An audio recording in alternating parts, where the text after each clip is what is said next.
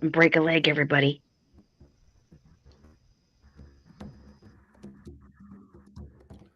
Ska, ska, ska, ska, ska. Ska, ska, ska, ska, ska, ska, ska.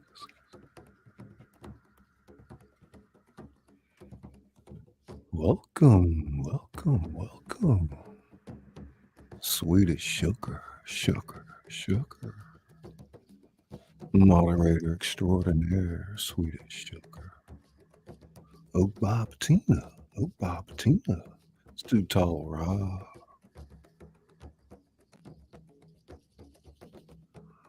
Sheba bee, Sheba bee, Sheba bee. Swedish sugar, sugar. Patty fish. Ska, ska, ska, ska. They're coming in. Share it out. There she is. It's Izzy Pop. Izzy Pop. Ska, ska, ska. Moderator extraordinaire. Izzy Pop. Hey Rita. Hey Wanda. Hey Kathleen. Kathleen. Ska Kathleen. Moderator extraordinaire. It's Mark Kropka. Mark Kropka. Angela Critter. Ska, ska, ska, ska, ska. Ska, Angela Critters. Ska, ska.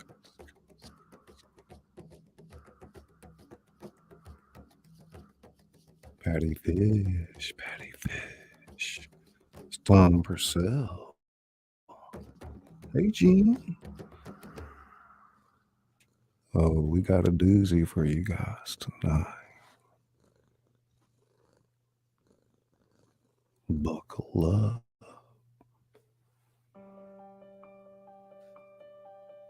Stefan Antonio writings. Frosty's Gamings and more.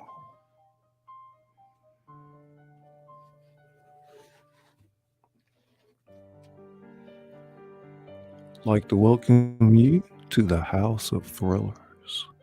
I'm Scully, the author that reads to you. Tonight, we're going to be reading the classic by Charles Dickens, A Christmas Carol. All-star cast. Coming out the gate, we got Ness Lover. Ness Lover. Playing the ghost of Christmas Present.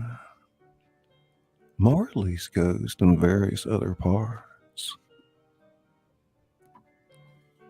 Dr. Sleep. Dr. Sleep. A.K.A. Scrooge.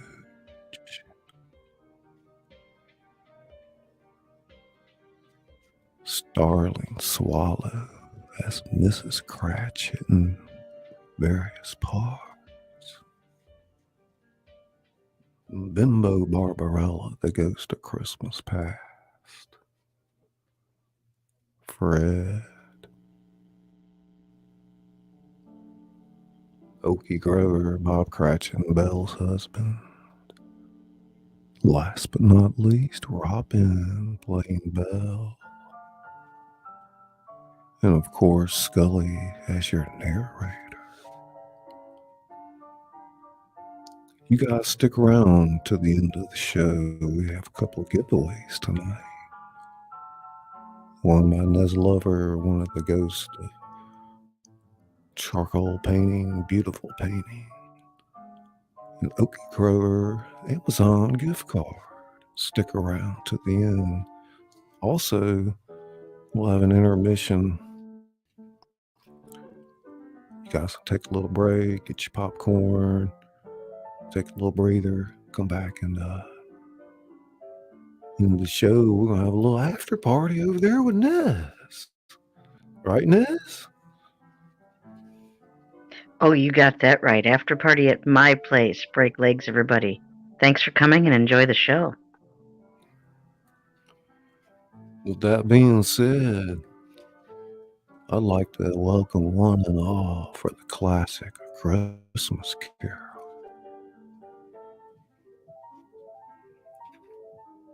We're in the interior of the study at night. Huge gold lettering on the binding of a book. Quite unexpectedly, it reads, Great Expectations. Beside it on the shelf are other books, Oliver Twist, David Copperfield, and of course, A Christmas Carol. A small hand reaches for this last and pulls it off the shelf. A sober-faced girl, young girl, maybe 10 years old, clutches the book to her bosom and intently carries it out of the room and into a cheerily lit sitting room in London, England, one Christmas Eve in the 1860s. The girl carries the book to a corner of the room where a man sits before a large picture window revealing a snow-covered street under a night sky. Handsome, in his late 20s, with a pleasant voice, obviously a favorite uncle. He is surrounded by a noisy circle of children and young adults. He is to be the narrator of the story. They are pestering him for something, and he is waving them off. I don't know why you should want to hear this story again. You must have heard it 12 times by now. 100. 1,000, but it's good for a laugh. And it's your story as much as it is anyone's, isn't it? Maybe it is, but I'm not sure I'm necessarily the right one to tell it. Ah, that's not true.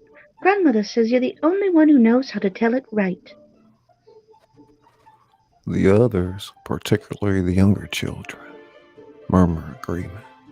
The 10-year-old girl presses through the little crowd with the book in her hand.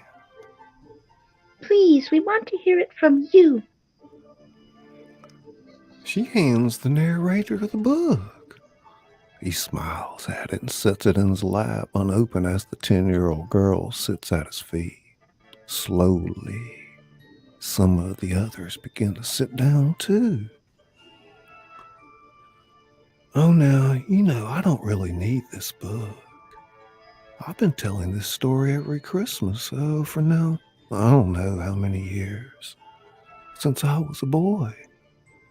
And I know it by heart. It always begins the same. How does it begin? Old Marley was dead as a doornail. This must be distinctly understood, or nothing wonderful can come of the story I'm going to relate. So, remember, old Marley was as dead as a doornail. The register of his burial was signed by Ebenezer Scrooge, and Scrooge's name was good on the London Exchange for anything he chose to put his hand to. As he speaks, the view of the street through the window behind the blurs and resolves itself into the view of the London Exchange. Late afternoon on Christmas Eve, in the year 1843, the exchange is packed with well-dressed businessmen who hurry up and down and chink money in their pockets. Among their number is a fat man with a monstrous chin who chats with a red-faced man with a pendulous excrescence. Also present is a man with a sharp and bitter face and as bald as Patrick Stewart, give or take a hair. This is Ebenezer Scrooge. Scrooge is bundling up his coat and heading for the exit when the fat man makes eye contact with him. Oh, Mr. Scrooge. Your servant, sir. Are you off home to keep Christmas? I am not in the habit of keeping Christmas, sir. Then why are you leaving so early? Christmas has a habit of keeping men from doing business. Come, now, it's the nature of things that ants toil and grasshoppers sing and play, Mr. Scrooge. An ant is what it is, and a grasshopper is what it is, and Christmas, sir, is a humbug. Good day. The two men laugh at Scrooge as he exits the exchange. Moments later, on the massive stone steps just outside the exchange, a shivering, poorly dressed man sees Scrooge walking toward him. Scrooge pays him no heed and walks past. The man follows and clutches at Scrooge's sleeve. The two men descend the steps together. Mr. Scrooge, sir. Who are you? Samuel Wilson, sir. Ah, yes, you owe me a little matter of 20-odd pounds, I believe. Well, if you want to pay it, come to my place of business. I don't conduct my affairs in the teeth of inclement weather. I can't pay you, sir. I'm not surprised. Not unless you give me more time. Did I ask you for more time to lend you the money? No, sir. Then why should you ask for more time to pay it back? I can't take my wife to a debtor's prison. Then leave her behind. Why should she go to a debtor's prison anyway? She didn't borrow the 20 pounds, you did. What has your wife got to do with it? For that matter, what have I got to do with it? Good afternoon. Scrooge tries to walk off, but the man clutches at his sleeve. But Mr. Scrooge, it's Christmas. Christmas has even less to do with it, my dear sir, than your wife has or I have. You'd still owe me 20 pounds that you're not in the position to repay if it was the middle of a heat wave on August bank holiday. Good afternoon. Scrooge stalks away as the stunned man stands and stares at him. We dissolve to the exterior of a London street. Outside Scrooge's counting house, it's cold, bleak, and it's biting weather. People in the street go wheezing up and down, beating their hands upon their breasts, stamping their feet upon the pavement stones to warm them. The city clock strikes 3, but it's quite dark already. Candles flare in the windows of the neighboring offices, like ruddy smears upon the palpable brown air. Fall comes pouring in at every chink and keyhole, and is so dense that although the street is narrow, the houses opposite are mere phantoms. The sign above the counting house door reads Scrooge and Marley. A tall man, whom we will come to know as Scrooge's nephew, Fred, rapidly walks up to the door, opens it, and enters. Scrooge's clerk, Bob Cratchit, sits in a dismal little cell, sort of tank, copying letters. There is a very small fire, so small that it looks like there's only one lump of coal. Fred appears, all in a glow, his face ruddy and handsome, his eyes sparkling, and his breath smokes in the cold. A Merry Christmas, Uncle. God save you. The person at the desk spins around, glaring at the intruder. It's Scrooge. Bah, humbug. Christmas a humbug, Uncle? You don't mean that, I'm sure. I do. Merry Christmas. What right have you to be merry? What reason have you to be merry? You're poor enough. Come then, what right have you to be dismal? What reason would you have to be morose? You're rich enough.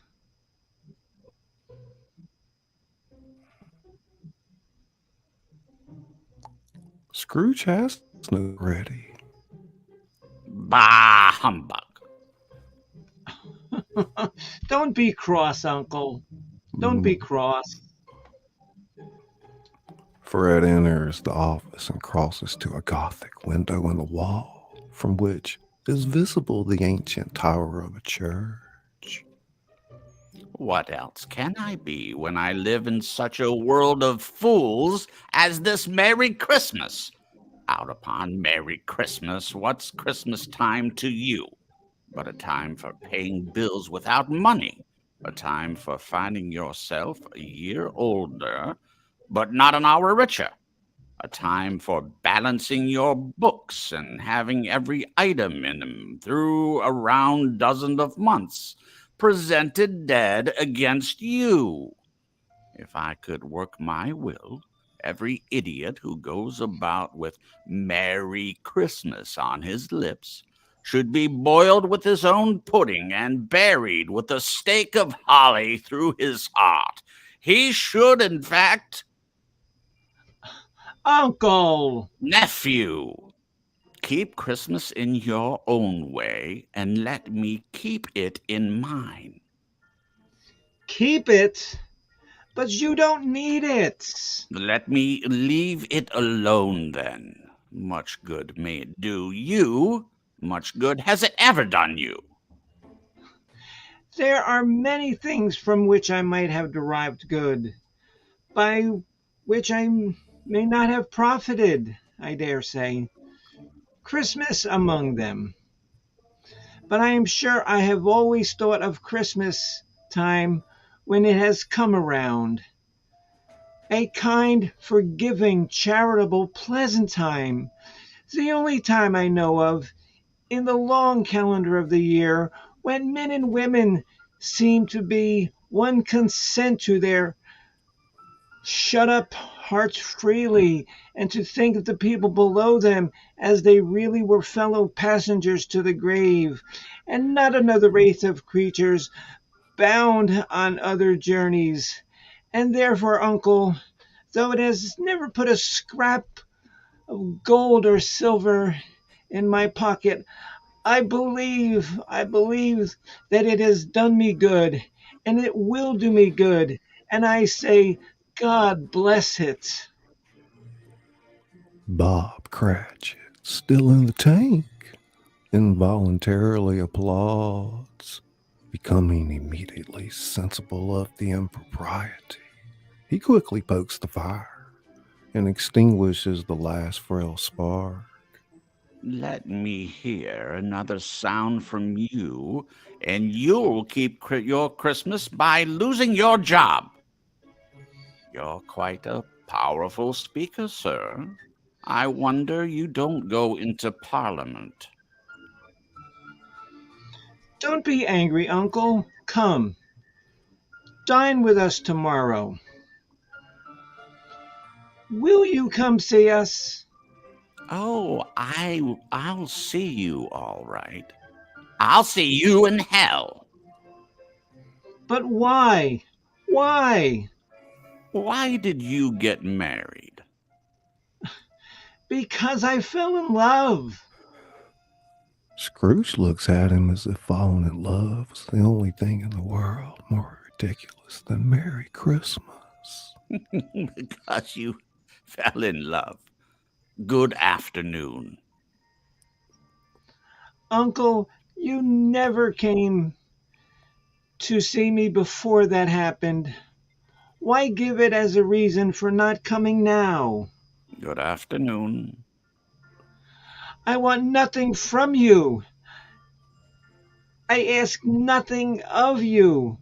Why can't we just be friends? Good afternoon. I am sorry with all my heart to find you so resolute. We have never had any quarrel to which I have been a party of. But I have made the trial in homage to Christmas, and I shall keep Christmas humor to the last. So, a Merry Christmas, Uncle. Good afternoon. Oh, and a Happy New Year. Good afternoon. Fred leaves the room with a wry grin. On his way out the front door and buttoning his coat, he exchanges greetings with Bob Cratchit. And how is Mrs. Cratchit and all the small assorted Cratchites? Very good, sir.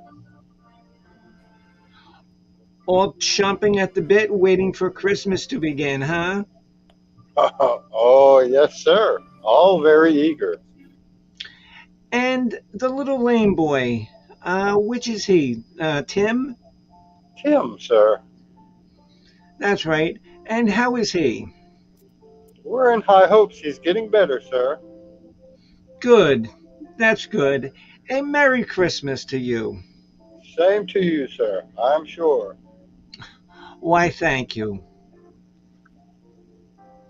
Bob Cratchit watches Fred exit, then glances at Scrooge's office, surprised to find Scrooge glaring at him.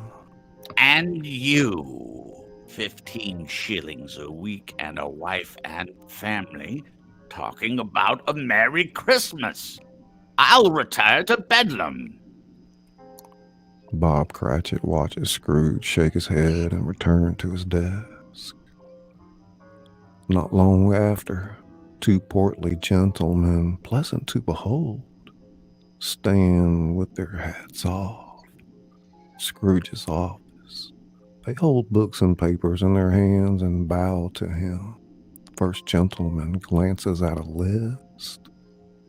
Scrooge and Marley's, I believe. Have I the pleasure of addressing Mr. Scrooge or Mr. Marley? Oh, Mr. Marley has been dead these 7 years. He died 7 years ago this very night. The two gentlemen exchange glances. First gentleman hands his credentials to Scrooge. We have no doubt his liberality is well represented by his surviving partner. At the ominous word, liberality, Scrooge frowns, shakes his head, and hands the credentials back. The second gentleman takes pen in hand. At this festive season of the year, Mr. Scrooge, it is more than usually desirable that we should make some slight provision for the poor and destitute, who suffer greatly at this present time. Are there no prisons? Plenty of prisons. And the union workhouses, are they still in operation? They are. Still, I wish I could say they were not. The treadmill and the poor law are in full vigor, then? Both very busy, sir. Oh, I was afraid from what you said at first that something had occurred to stop them in their usual course. I'm very glad to hear it. Under the impression that they scarcely furnish Christian cheer of mind or body to the multitude, a few of us are attempting to raise a fund to buy the poor some meat and drink and means of warmth. What shall I put you down for? Nothing. Ah, you wish to be anonymous. I wish to be left alone, since you ask me what I wish, gentlemen. That is my answer. I don't make merry myself at Christmas, and I can't afford to make idle people merry. I help to support the establishments I have mentioned. They cost enough, and those who are badly off must go there. But many can't go there, and many would rather die. If they would rather die, then they had better do it and decrease the surplus population. Besides, excuse me, I don't know that. But you might know it. It's not my business. It's enough for a man to understand his own business and not to interfere with other people's. Mine occupies me constantly. Good afternoon, gentlemen. Scrooge returns to his paperwork as the gentlemen exchange astonished looks. We dissolve to Scrooge glancing at the church tower, nearly invisible in the fog, as its clock strikes 3, the hour. Time to shut up the counting house. With an ill will, Scrooge dismounts from his stool and nods to Bob Cratchit, who instantly snuffs his candle out and puts on his hat. You'll want all day tomorrow, I suppose. It's quite convenient, sir. It's not convenient, and it's not fair. If I was to stop half a crown for it, you'd think yourself ill-used. I'll be bound.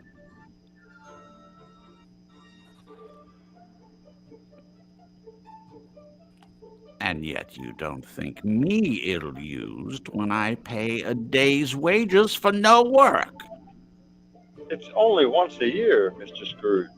A poor excuse for picking a man's pocket every 25th of December. Scrooge buttons his greatcoat to the chin. But I suppose you must have the whole day. Be here all the earlier next morning. I will, I promise. Scrooge walks out into the street with a growl. Bob Cratchit closes the office in a twinkling.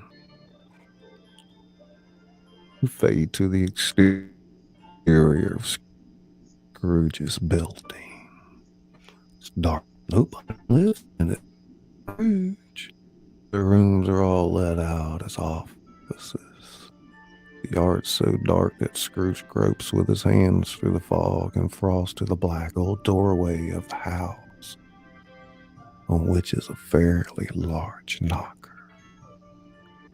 He puts his key in the lock of the door and glances at the knocker. Without it undergoing any an immediate process change, the knocker is no longer a knocker, but Marley's face. Scrooge grasps. Marley? Marley's face. Not an impenetrable shadow in the other objects in the yard, but with a dismal light about it, like a bad lobster in a dark cellar. Not angry or ferocious, the face looks at Scrooge as Marley used to look, with ghostly spectacles turned up upon its ghostly forehead. As Scrooge lets go of the key and stares fixedly at this phenomenon, it becomes a knocker again. Scrooge pauses to look cautiously behind the door, as if he half expects to see Marley's pigtails sticking out into the hall. There's nothing on the back of the door, except the screws and the nuts that hold the knocker on. Scrooge closes the door with a bang. Suspicious, slightly unnerved Scrooge walking through his gloomy suite of rooms. Bedroom as usual. Nobody under the bed, nobody in the closet. Suddenly he sees a ghostly white shape in the darkness on the opposite side of the room. Scrooge tenses up for a moment until he realizes it's only his dressing gown. Quite satisfied, he closes his door, double locks himself in, not his custom. Having changed clothes, Scrooge sits down before the fire to take his gruel. It's a very low fire, and Scrooge sits close to it. flash cut of every tile adorned with Marley's face, as if it was on the door knocker. Scrooge blinks, sees that the tiles return to normal. Rises the room. After several turns and more than a few nervous clicks at the fireplace, he sits down again. The sound of a downstairs. Oh, and then the clinking noise much louder on the floors below. And coming up the stairs and straight toward his door, Scrooge starts talking to himself. It's a humbug still. I won't believe it. The color leaves his face. The source of the noise comes on through the heavy door and passes into the room before Scrooge's very eyes. Upon its coming in, the dying flames leap up and the fire falls again. The same face, the very same. Jacob Marley's ghost in his pigtail, huge waistcoat, ticks and boots. The tassels on the latter bristling like his pigtail, and his coat skirts, and hair upon his head. A wrapper kerchief bound about Marley's head and chin. A long chain is collapsed about the middle, wound about him like a tail. Made cash boxes, keys, padlocks, ledgers, deeds, and heavy purses wrought in steel. Marley's body is transparent so that Scrooge, observing him closely, can look through his waistcoat and the buttons on his coat behind. Scrooge feels the need to crack a joke to keep down his terror. I'd often heard it said that you had no heart, Marley, but I never believed it until now.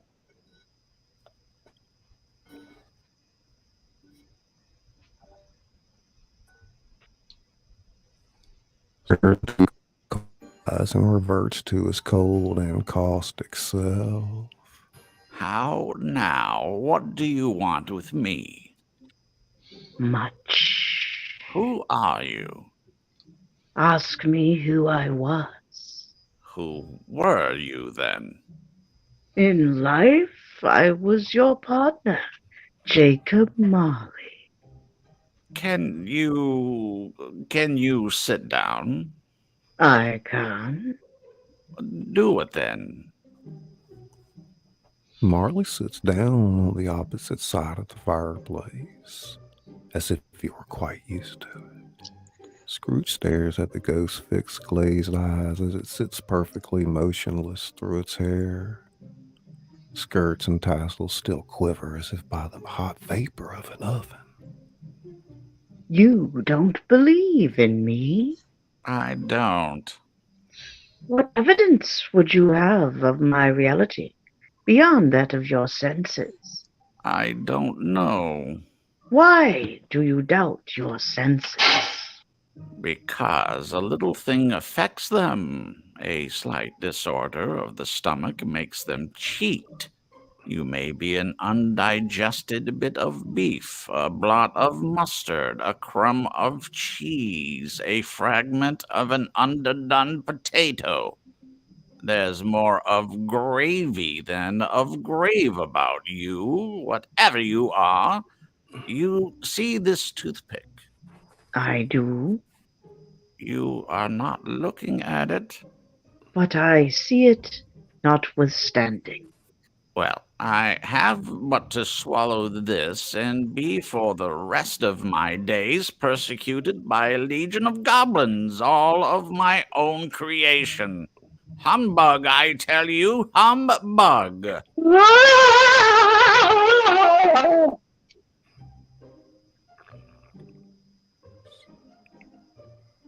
Mercy, dreadful apparition, why do you trouble me? Man of the worldly mind, do you believe in me or not? I do. I must. But why do spirits walk the earth, and why do they come to me? It is required of every man that the spirit within him should walk abroad among his fellow man, and travel far and wide. And if that spirit goes not forth in life, it is condemned to do so after death. It is doomed to wander through the world.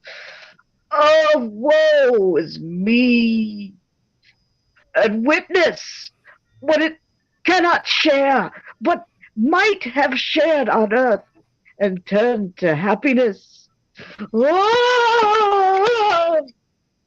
You are fettered. Tell me why. I wear the chain I forged in life. I made it link by link and yard by yard. I girded it of my own free will, and of my own free will I wore it. Its pattern is strange to you?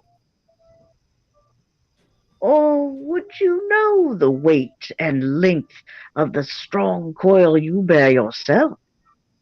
It was as full and as long as this 7 Christmas Eves ago. You've pondered on it and labored on it since. It is a ponderous chain.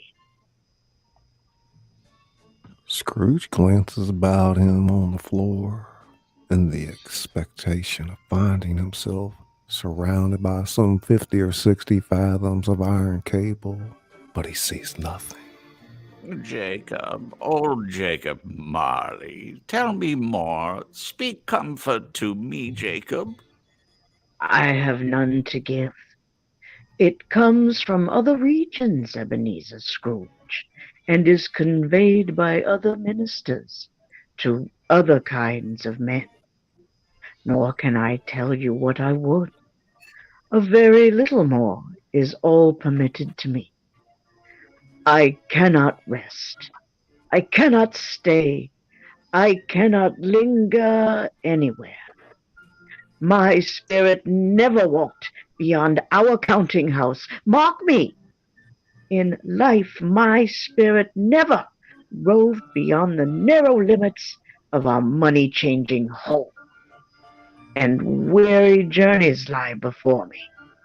You must have been very slow about it, Jacob. Slow! 7 years dead and traveling all the time? The whole time. No rest, no peace. Incessant torture of remorse. You travel fast? On the wings of the wind. You might have got over a great quantity of ground in 7 years. Ah!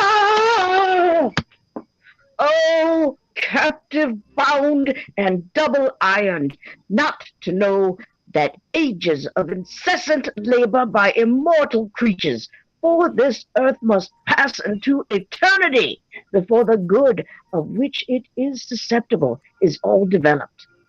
Not to know that any Christian spirit working kindly in its little sphere, whatever it may be, will find its mortal life too short for its vast means of usefulness. Not to know that no space of regret can make amends for one's life opportunities misused. Yet such was I, oh, such was I.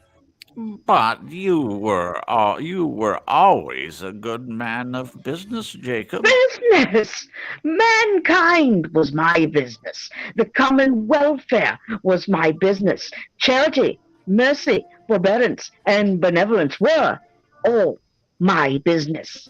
The dealings of my trade were but a drop of water in the comprehensive ocean of my business.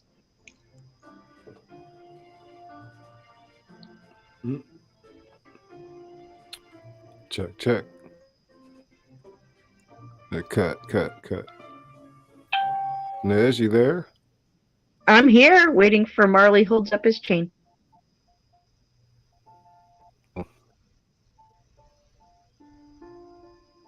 Okay, action then. Marley holds up his chain at arm's length as if it were the cause of all his unavailing grief. He flings it heavily to the floor again. At this time of the year, I suffer most. Why did I walk through crowds of fellow beings with my eyes turned down and never raise them to that blessed star which led the wise men to a poor abode? Were there no poor homes to which its light would have conducted me? Scrooge shivers. Hear me, my time is nearly gone. I will, but don't be hard upon me. Don't be flowery, Jacob. How is it that I appear before you in a shape you can see? I may not tell. I've sat invisible beside you many and many a day. Scrooge shivers at this and wipes the perspiration from his brow. That is no light part of my penance. I am here tonight to warn you that you have yet a chance and hope of escaping my fate. A chance and hope of my procuring Ebenezer. You were always a good friend to me, thank ye. You will be haunted by 3 spirits. Scrooge's jaw drops, almost as low as Marley's face had done. Is that the chance and hope you mentioned, Jacob? It is. I think I'd rather not. Without their visits, you cannot hope to shun the path I tread. Expect the first tomorrow when the bell tolls 1. Couldn't I take them all at once and have it over, Jacob? Expect the second on the next night at the same hour, the third upon the next night when the last stroke of 12 has ceased to vibrate. Look to see me no more, and look that, for your own sake, you remember what has passed between us. Marley. Bleak, it's dark. He falls to the window, desperate in his curiosity. He looks out. The foggy air is filled with phantoms, wandering hither and thither in a restless haste, and moaning as they do. Every one of them wears chains like Marley's. Many had been personally known to Scrooge in their lives. Scrooge closes the window.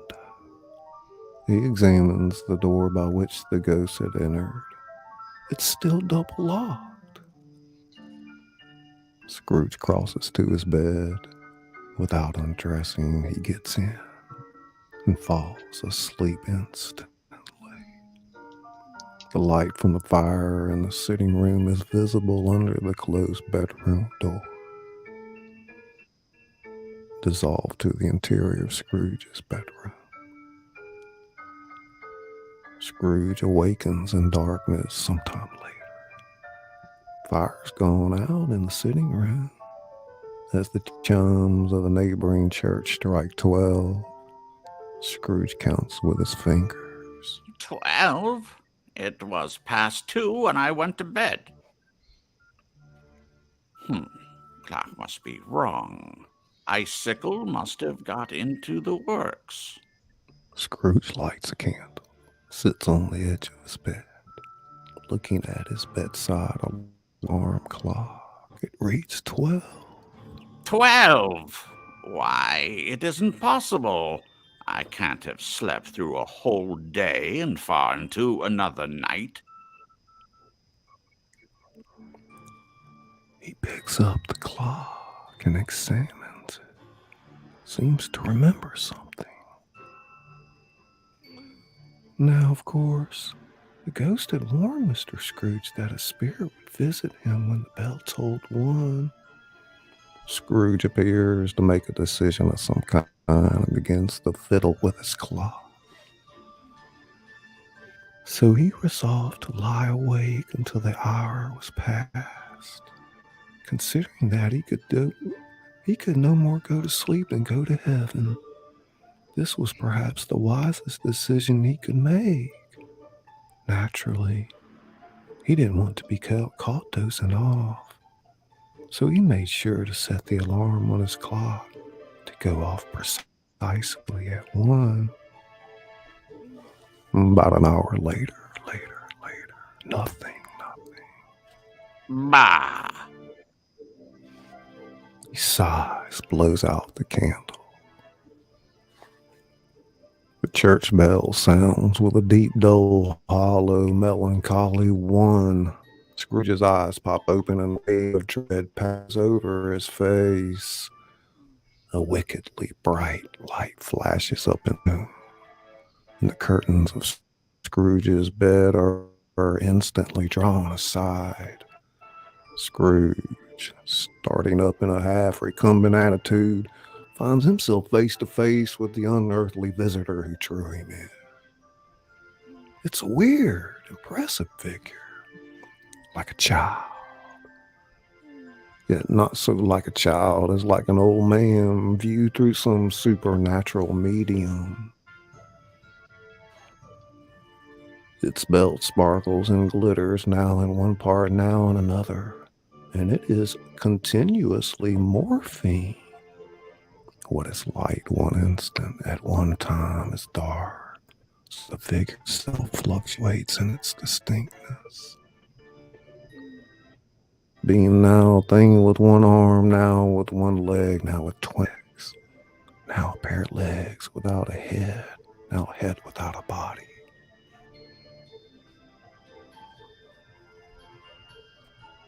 Are you the spirit, sir, whose coming was foretold to me? I am. Who and what are you? I am the ghost of Christmas past. Long past? No, your past. Scrooge winces and blinks at the light coming from the ghost crown. I wonder if you might, put a hat on? What? Would you so soon put out with worldly hands the light I give? It is not enough that you are one of those passions that made this cap and forced me through the whole trains of years to wear it low upon my brow. I didn't mean to offend. What business brings you here? Your welfare. Well, I'm much obliged, but I wonder if a good night's sleep wouldn't be more conducive to that end? Your reclamation, then. Take heed. The ghost puts out its strong hand as it speaks, clasps him gently by the arm. Rise and walk with me. Scrooge rises, but finding that the ghost leads him toward the window, clasps his robe in supplication. It's the middle of the night. Bear but a touch of my hand there, and you shall be The ghost upheld in points to its wisdom. heart. Scrooge touches the ghost's heart and they pass through the wall. Scrooge and the ghost stand on an open, sunlit country road with fields on either hand. It's a clear, cold winter day. Snow upon the ground. Scrooge looks about and clasps his hands together. Good heaven, I was bred in this place. I was a boy here. The ghost gazes upon him mildly. Your lip is trembling. And what is that on your cheek? It's a pimple. I beg you, spirit, lead me where you would. You recollect the way? Remember it? I could walk it blindfold. Strange to have forgotten it for so many years. Let us go on then.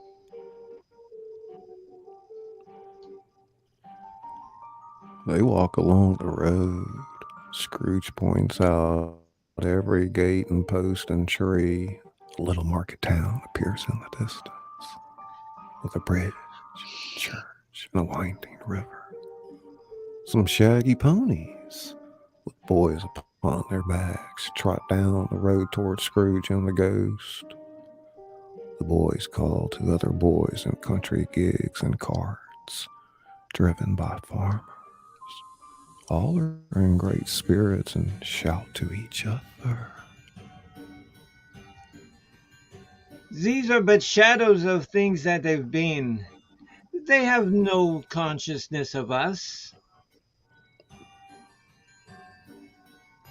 The jocund travelers approach, and as they pass by, Scrooge's cold eye glistens. He hears them wish each other Merry Christmas as they part at crossroads and byways for their several homes. The school is not quite deserted.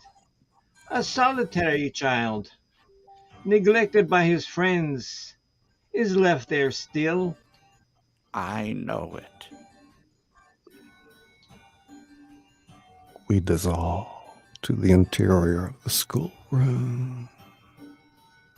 Long, bare, melancholy room, made bare still by lines of plain deal forms and desks. At one of these, a lonely boy reads near a feeble fire. Scrooge sits down upon a form and weeps to see his poor forgotten self as he used to be. The ghost joins him. Poor boy. Scrooge dries his eyes with his cuff, then mutters, puts his hand in his pocket and looks about him. I wish, but it's too late now. Ah, what is the matter? Nothing. There was a boy singing a Christmas carol at my window last night. I should like to have given him something, that's all. The ghost smiles thoughtfully and waves its hand. Let us see another Christmas. Scrooge's younger self suddenly morphs into an older boy, and the room becomes a little darker and more dirty. His former self is still alone. All the other boys have gone home again for the holidays. Young Scrooge is not reading now, but walking up and down despairingly. Scrooge looks at the ghost, and with a mournful shaking of his head, glances anxiously toward the door. It's open. 1 second, guys. We do have to bring Robin in.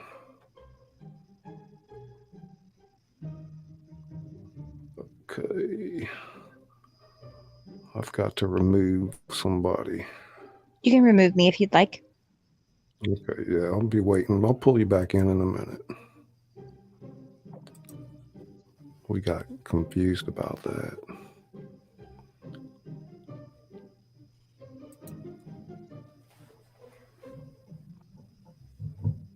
Check, Robin. Check. All right. Take it from young Scrooge. Let's see. Young Scrooge is not reading now, but walking up and down despairingly. Scrooge looks at the ghost, and with a mournful shaking of his head, glances anxiously toward the door. It opens, and a little girl, much younger than the boy, stands at the threshold looking in. It's Scrooge's sister, Fan. The elder Scrooge is amazed to see her. Fan?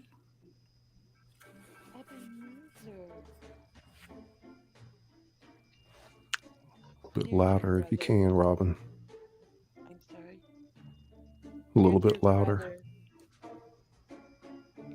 Louder. Yeah. Dear brother, I have come to bring you home, dear brother. She claps her tiny hands and bends down to laugh. To bring you home, bring you home. Home, little Fan? Yes, home for good and all, home forever and ever. Father is so much kinder than he used to be. That home's like heaven. For you, perhaps, but not for me. He doesn't know me or even what I look like. Same as I hardly know you, now that you're quite a woman. He spoke so gently to me one dear night when I was going to bed that I was not afraid to ask him once more if you might come home. And he said, yes, you should, and sent me in a coach to bring you. And you're to be a man, and are never to come back here, but first, we're to be together all the Christmas long and have the merriest time in all the world. Oh, you are quite a woman, little Fan. She claps her hands and laughs, tries to touch his head, but being too little, laughs again, stands on tiptoe to embrace him. Then she begins to drag him in her childish eagerness towards the door, and he, nothing loth to go, accompanies her. Young Scrooge's trunk is tied on the top of the coach not long after. Young Scrooge and Van bid an old schoolmaster goodbye, get in and drive gaily down the country road. Scrooge and the ghost watch the coach go by, its two passengers laughing and talking. Always a delicate creature, whom a breath might have withered, but she had a large heart. So she had. And she died a woman, and had, as I think, children. One child. True. Your nephew? Scrooge seems uneasy in his mind. Yes. The ghost casually peers over Scrooge's shoulder, and when Scrooge turns around to follow his gaze, he is startled to see the exterior of the warehouse at night. You know it? Know it? I apprenticed here. The ghost, using the half-dozen arms that fade in and out of view, gestures you, and Scrooge enters. At the sight of an old gentleman in a Welsh wig, Scrooge lets out a gasp and turns to the ghost behind him. Why, it's old Fezziwig. Bless my heart. It's Fezziwig, alive again. Old Fezziwig lays down his pen, looks up at the clock, which points to the hour of 7. He rubs his hands, adjusts his capacious waistcoat, laughs, and calls out in a comfortable, oldie, rich, fat, jovial voice. Ho, ho, ho. Yo-ho, Ebenezer! Dick! Immediately, Ebenezer, Scrooge's younger self, now a grown man, comes briskly in, accompanied by his fellow apprentice Dick. Dick Wilkins, to be sure. Bless me. Yes, there he is. He was very much attached to me, was Dick. Poor Dick. Dear, dear. Yo-ho, my boys! No more work tonight. Christmas Eve, Dick. Christmas, Ebenezer. Let's have the shutters up before a man can say Jack Robinson. Dick and Ebenezer charge into the street with the shutters 1, 2, 3. Have them up in their place 4, 5, 6. Bar 'em, pin 'em 7, 8, 9. Come back for the count of 12, panting like racehorses. Fezziwig skips down from the high desk with wonderful agility. Hiley-ho! Clear away, my lads, and let's have lots of room here. Hiley-ho, Dick. Cheer up, Ebenezer!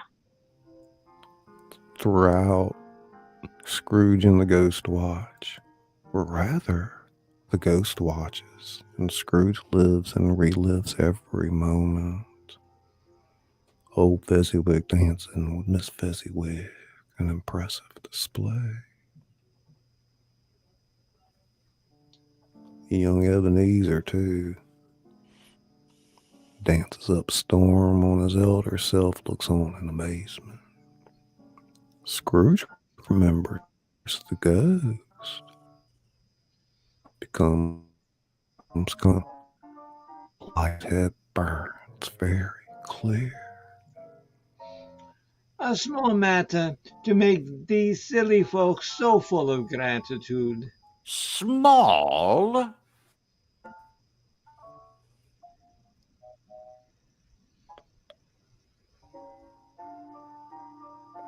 Spirit sons to listen to the two apprentices. We overhear a snatch of the conversation as they tidy the room. What a sweet old man is Mr. Fezziwig. The sweetest. Did you see him dancing with the missus? And the look on his face. Oh, yes. He was in heaven and fully deserved to be. And where the devil did he find that fiddler? Oh, wasn't he marvelous? Nothing's too good for Fezziwig. I'd say this year's party was finer than the last, if such a thing is possible. We dissolve to the exterior of the lake. Day, Belle in silhouette with her back up and knees, faces the glassy water. We can see that she's deep in thought. Ebenezer reaches out to touch her, but she brushes him off. It matters little to you, very little, and neither idol has displaced me. And if it can cheer and comfort you in time to come, as I would have tried to do, I have no first cause to grieve. What idol has displaced you? A golden one. This is the even-handed dealing of the world. There's nothing on which it is so hard as poverty, and there's nothing it professes to condemn with such severity as the pursuit of wealth. You fear the world too much. All your other hopes have merged into the hope of being beyond the chance of its sordid reproach. I have seen your humbler, nobler aspirations fall off one by one until the master passion, gain, engrosses you. Have I not? What then? Even if I have grown so much wiser, what then? I am not changed towards you. Belle shakes her head. Am I? Our engagement is an old one. It was made when we were both poor and content to be so, until in good season we could improve our worldly fortune by our patient industry. You are changed. When it was made, you were another man. I was a boy. 'Tis true. I am not now what I was then. I am that which promised happiness when we were one in heart is fraught with misery now that we are two. Now often and how keenly I have thought of you, of this, I will not say. It is enough that I have thought of it and can release you from our engagement. Have I ever sought release? In words? No, never. In what then? In a changed nature, in an altered spirit, in another atmosphere of life, another hope as its great end, in everything that made my love of any worth or value in your sight. If this had never been between us, tell me, would you seek me out and try to win me now? No. He seems to yield to the justice of this supposition, in spite of himself. You think not. I would gladly think otherwise if I could. Heaven knows, when I have learned a truth like this, I know how strong and irresistible it must be. But if you were free today, tomorrow, yesterday, can even I believe that you would choose a dowerless girl? You who, in your very confidence with her, weigh everything by gain. Or, choosing her, if for a moment you were false enough to your one guiding principle to do so, do I not know that your repentance and regret would surely follow? I do, and I release you from your engagement with a full heart for the love of him you once were. He's about to speak, but with her head turned from him, she resumes. You may, the memory of what is past hath makes me hope you will have pain in this a very, very brief time, and you will dismiss the recollections of it gladly as an unprofitable dream from which it happened well that you awoke. May you be happy in the life you have chosen. Abruptly, she rises and leaves him. Spirit, show me no more. Conduct me home. Why do you delight to torture me? One shadow more. No, no more. No more. I don't wish to see it. Show me no more. But the relentless ghost pinions his arms, turns him round to observe the interior of Belle's sitting room at night. A room not very large or handsome, but full of comfort and Christmas decorations. All is quiet. Falling snow is visible out the windows. Near the fireplace sits a beautiful young girl, nearly identical to Belle herself. Scrooge gazes upon them in awe. I suspect it must have staggered Mr. Scrooge to see these women, especially the younger one, because he had played his cards differently. A woman such as she might well have called him father. Been like a springtime for him in the haggard winter of his life. Of course, he might well have had more than one child. Nearly a dozen children explode into the room, making a tumultuous noise, but no one seems to care. On the contrary, the mother and daughter laugh heartily and enjoy it very much. The latter mingles with them and gets clobbered ruthlessly. They stream around the startled Scrooge, running, jumping, and playing with enormous energy. Oh, what would I not have given to be one of those children? Though I never could have been so rude. No, I wouldn't for the wealth so that all the world, babes, vaguely, God bless my soul. The children greet their father, who comes home laden with Christmas toys and presents. Shouting, struggling, the kids swarm their father, Belle's husband. They shout with wonder and delight at each package they receive. Belle has risen from the chair to watch the proceedings. Happens to stand next to Scrooge, who watches her and her family closely, no doubt pondering what might have been. Dissolve, dissolve, dissolve to interior of Belle's sitting room. Later that evening,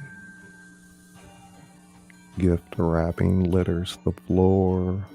The children have all gone to bed.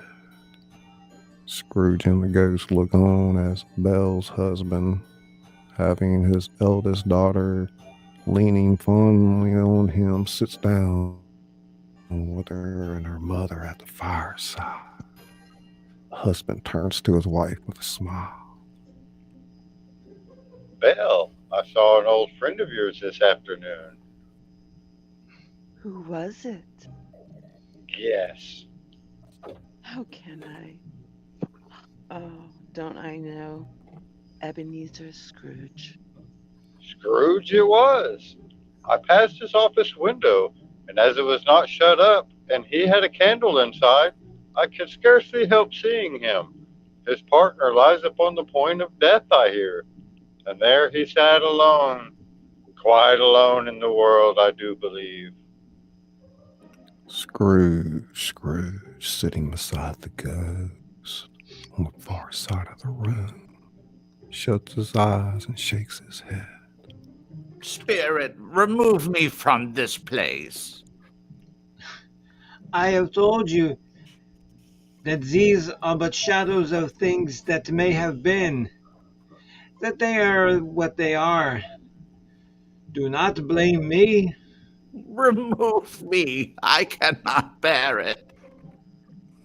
Scrooge turns upon the ghost and sees that it looks at him with an oddly morphing face, in which there momentarily appears fragments of all the faces it has shown him, his younger selves, Fan, the Fezziwigs, Dick Wilkins, Belle, etc. Terrified, Scrooge physically attacks the ghost. Leave me. Take me back. Haunt me no longer. The interior of Scrooge's bedroom. The room is dark. No light shines under the bedroom door from the sitting room.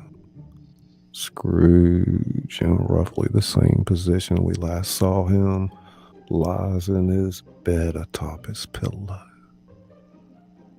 Bedside clock reads 5 minutes to 1. Now, Marley's ghost had warned Scrooge that a second spirit would haunt him at the stroke of 1. I don't mind telling you that Scrooge was now prepared for a good broad field of strange appearances, and that nothing between a baby and a rhinoceros would have astonished him very much. By this time, he was ready for almost anything.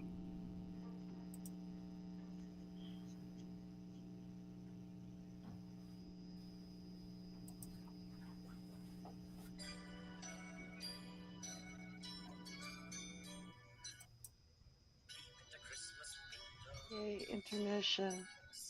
Maybe I can find my glasses now.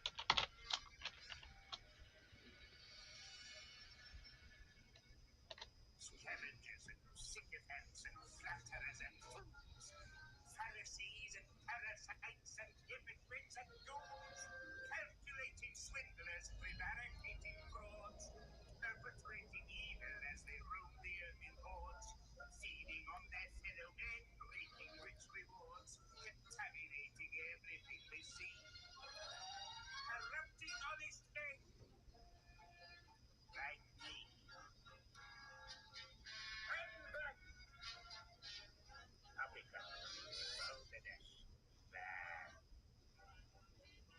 I hate people.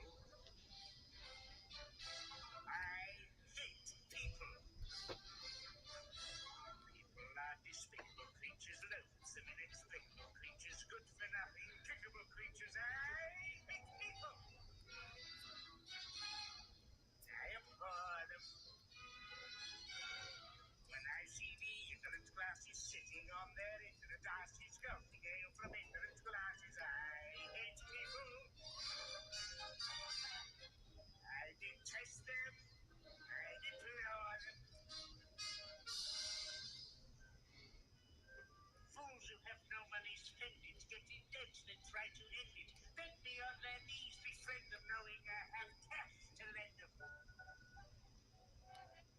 Soft-hearted me, hard-working me, clean-living, thrifty, and kind as can be. Situations like this are of interest to me.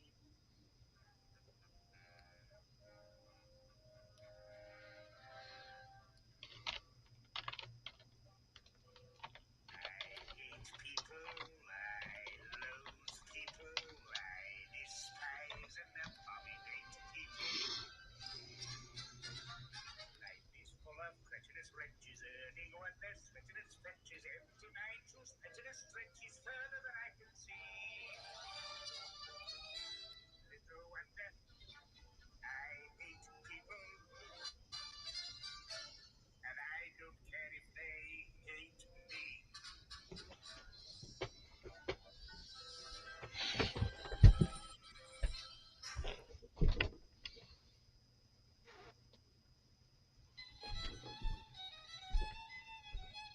Of all the days in all the year that I'm familiar with, there's only one that's really fun. Correct, ask anyone, Cole Robinson, or Brown, or Jones, or Smith. Their favorite day and they will say, correct, December the 25th, maybe it's December the 25th, the dearest day in all the year. December the 25th, correct. At times we're glad to see the back of all our human kin, but there's a date we celebrate, December the 25th. Correct. At times our friends may seem to be devoid of wit and pith, but all of us are humorous. December the 25th. Correct. December the 25th. Yes, December the 25th. The dearest day in all the year. December the 25th. Correct.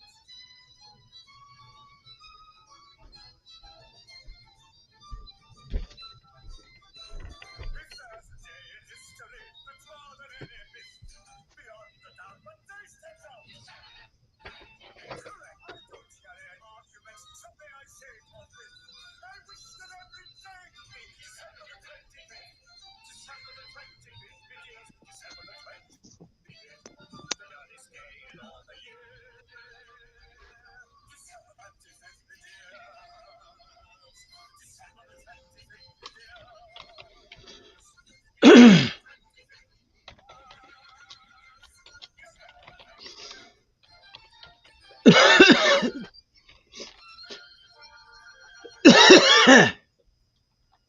Hey, Bimbo. Bimbo, is that you coughing? How's everybody doing tonight? You probably scared somebody. That's funny. Hey, everybody. Y'all having a good time? Yeah. There's Rowan. Hey, Rowan. Barely human. Okay. Who else is out there tonight? Casper and Forensic and Patty Fish, Aeseldama. Yay! Yep. Thank you, Hi, all Billy. my I love you. moderators. Yeah, I narrowed down my field of moderators to people that are here every time, and I just gotta, keep things in control over here with all this stuff going on. But hey, Bubbles, Butterfly. Hey, it's TWP Popcorn, Bob Patina, Rita. Trying to say hey to everybody real quick. It's Mama Bear. Aeseldama, Patty Fish. Mama Bear. Diane Martinez, Stefan Herantonio Writings, Jimmy Pickles, Izzy Pop, Sheba B.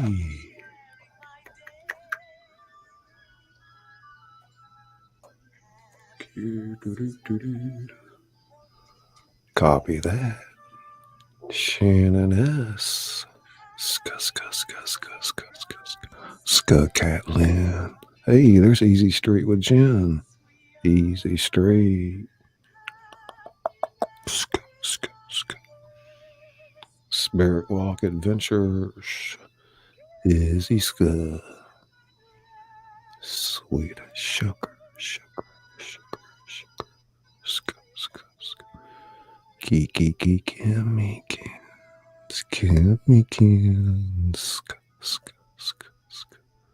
Hey Denise, Rowan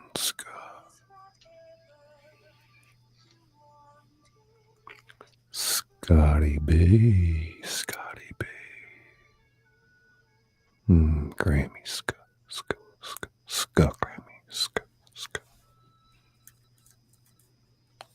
Grammy darling.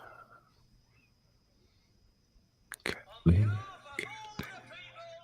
Hey Brenda, Bettina, it's AC Ska. It's getting ready to get good in a minute.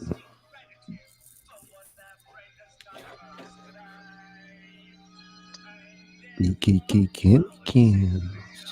How much time we got left on that? Oh, still got about 5 minutes. Just to bring Jen back in. Yes. Let's see where she's coming in.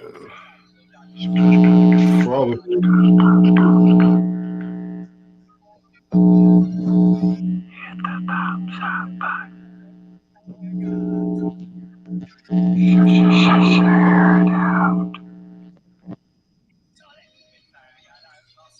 Was that Okie? Was that Okie doing that? I believe so, yes. Okie, you're getting reverb, man. Watch your headphones to your mic.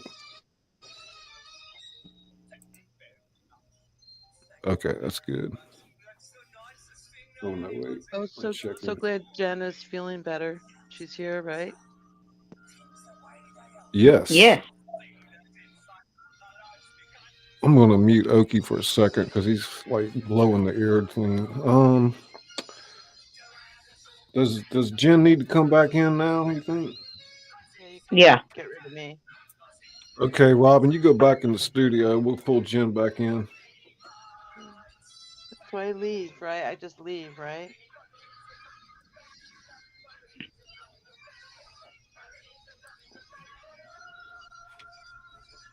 Jen. Hello. All right. We got, I think, about 3 more minutes here. I'm trying to check a few things. Looks like everybody's having a great too. I think everything's sounding really well. Yeah, look at all the comments. I'm having coming a in. great time. Sounds Same. like it. I think on my end, I'm doing really well as far as the engine of my computer goes and the stream power. Every once in a while, a couple of y'all voices cut off at the end, but I think that's because it gets too loud in your own mic. You might You might be clipping, in other words. But that's okay. It's just a few spots that have just kind of warbled. So other than that, man, you couldn't ask for more, you know? I'm having a great time. Thanks, everybody. My pleasure. And you guys give a big hand for this intermission. Nez Lover created the overlay for the intermission. It's wonderful. And she did a great job. Thank you. It was a lot of fun. Big hand for her on that. She's got some editing skills. So. Yes, she does. You guys know I like to edit. And, you know, everybody when it comes to that.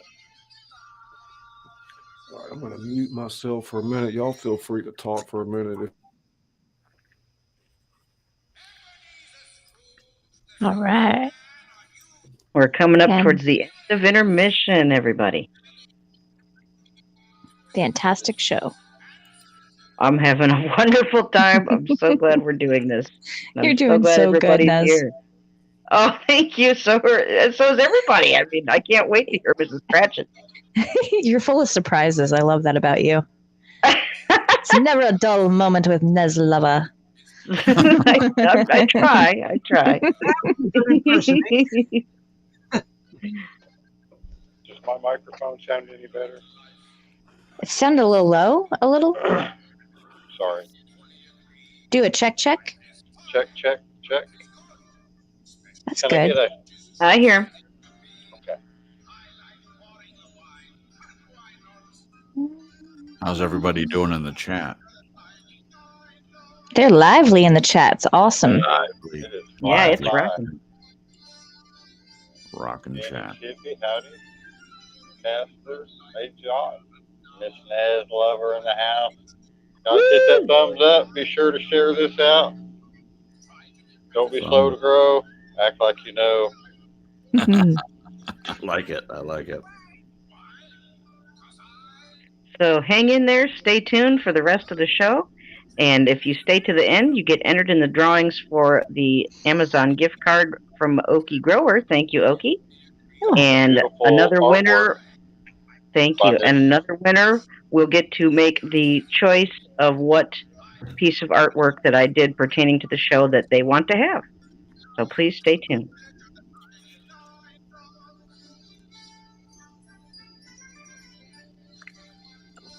But nobody can accept, if they win, they have to decline the Ghost of Christmas Future for unknown, unclear reasons. It's going to get lost in the mail, guys. It's going to, we can try, but you should probably just get another one. Pick a different one. That's right. No, I'm just kidding. Whoever wins it, wins it. It's wonderful drawings. I can always do one special for you, Cripps. Don't worry.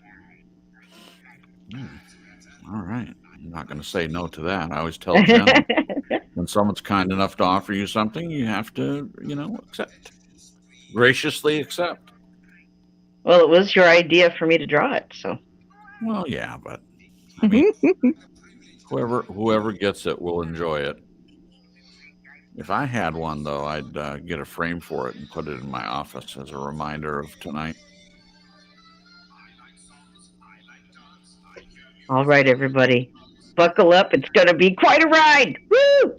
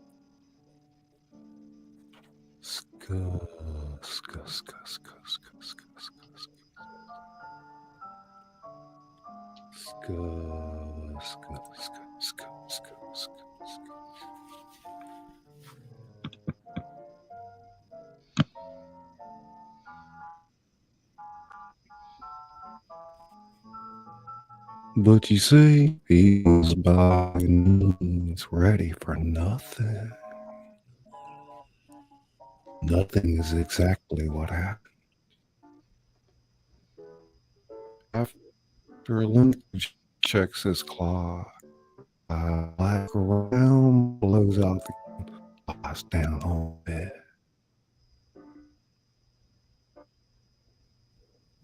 Suddenly he bolts straight up, staring at his bedroom door. Light against the room. Scrooge gets up softly and shuffles in his slippers to the door.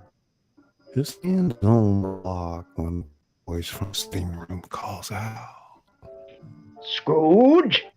Come in, Scrooge. This muted.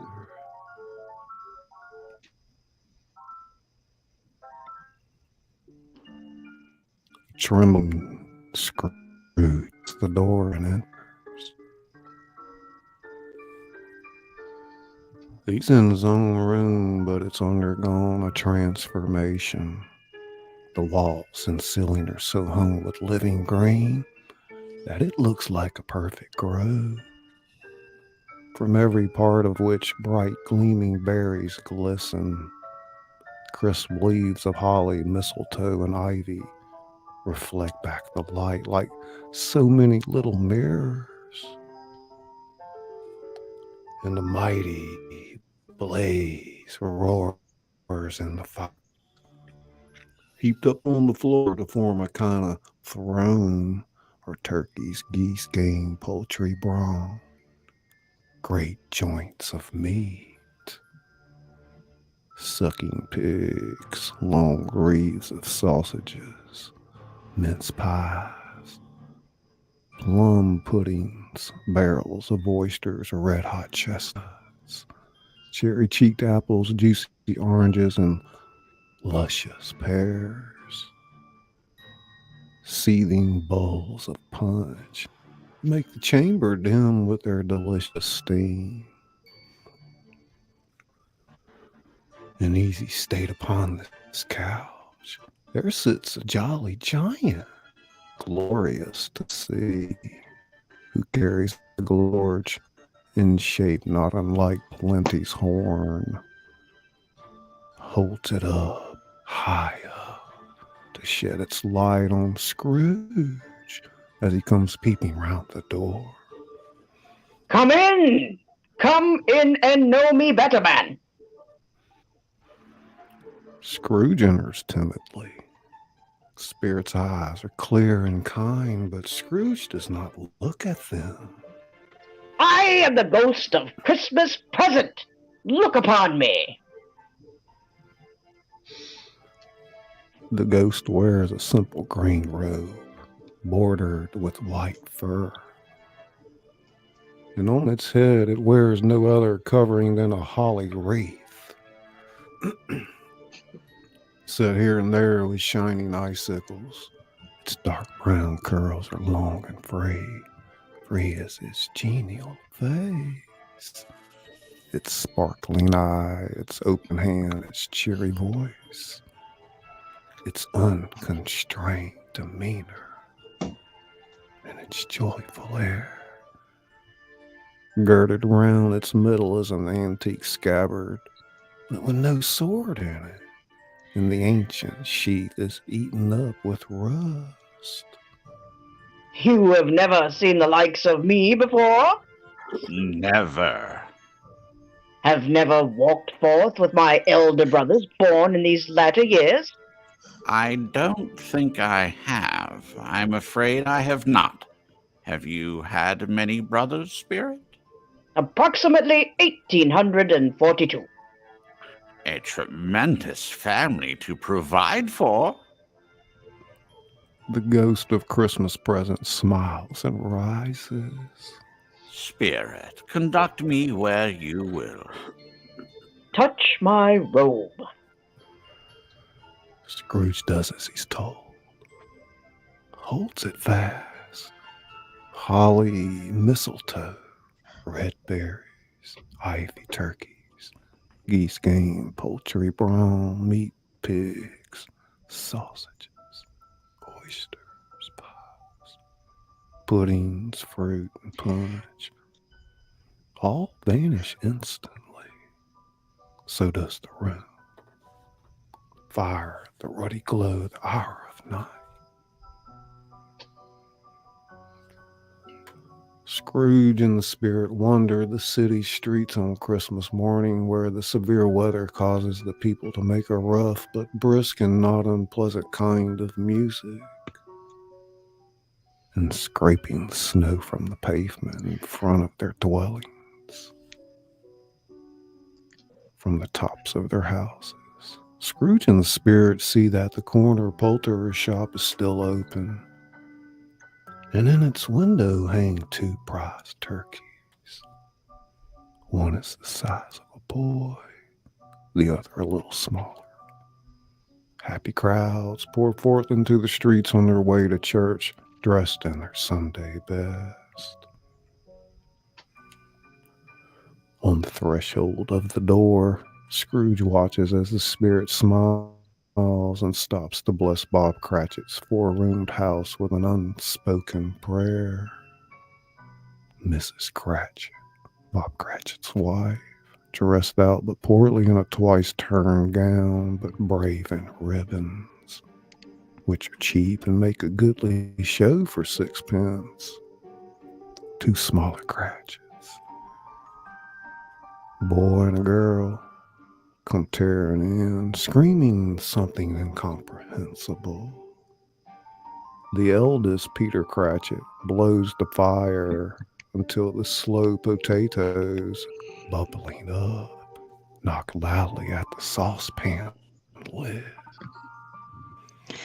What has ever got your precious father, then? And your brother, Tiny Tim, and Martha weren't as late last Christmas Day by half an hour.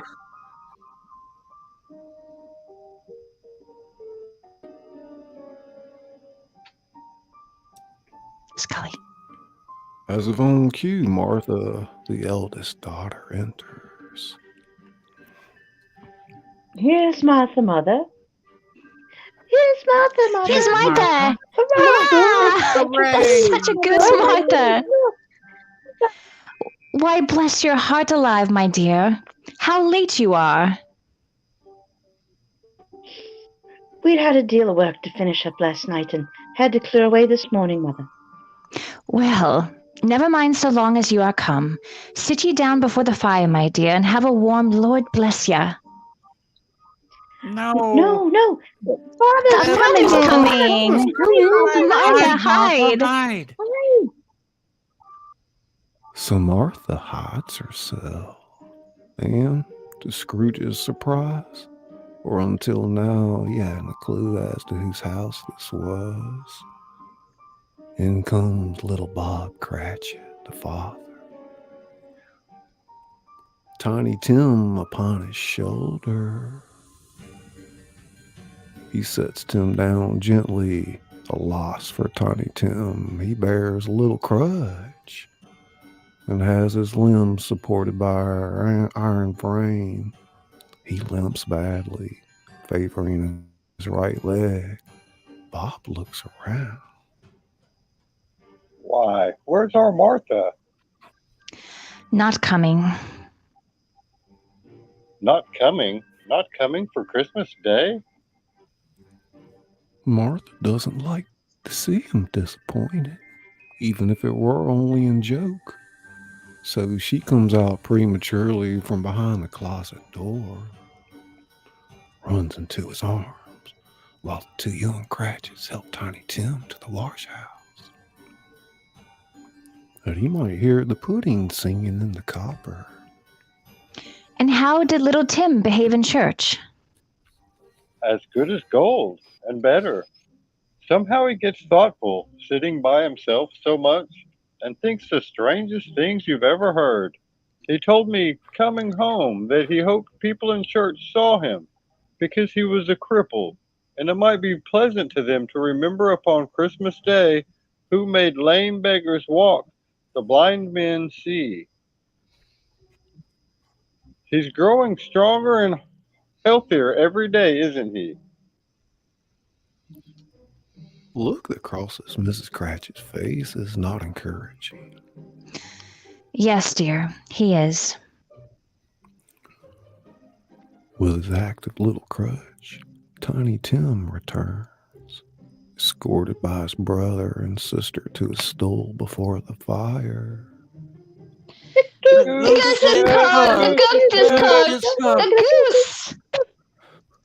Bob Cratchit turns up his cuffs and compounds some hot mixture in a jug with gin and lemons, and stirs it round and round and puts it on the hob to simmer. Peter and the two ubiquitous young Cratchits fetch the goose and carry it to the table. Not much of a goose. Bless us, O Lord, and these thy gifts, which we are about to receive from thy bounty through Christ our Lord. Amen. I don't believe there ever was such a goose cooked so tender. And delicious. And big.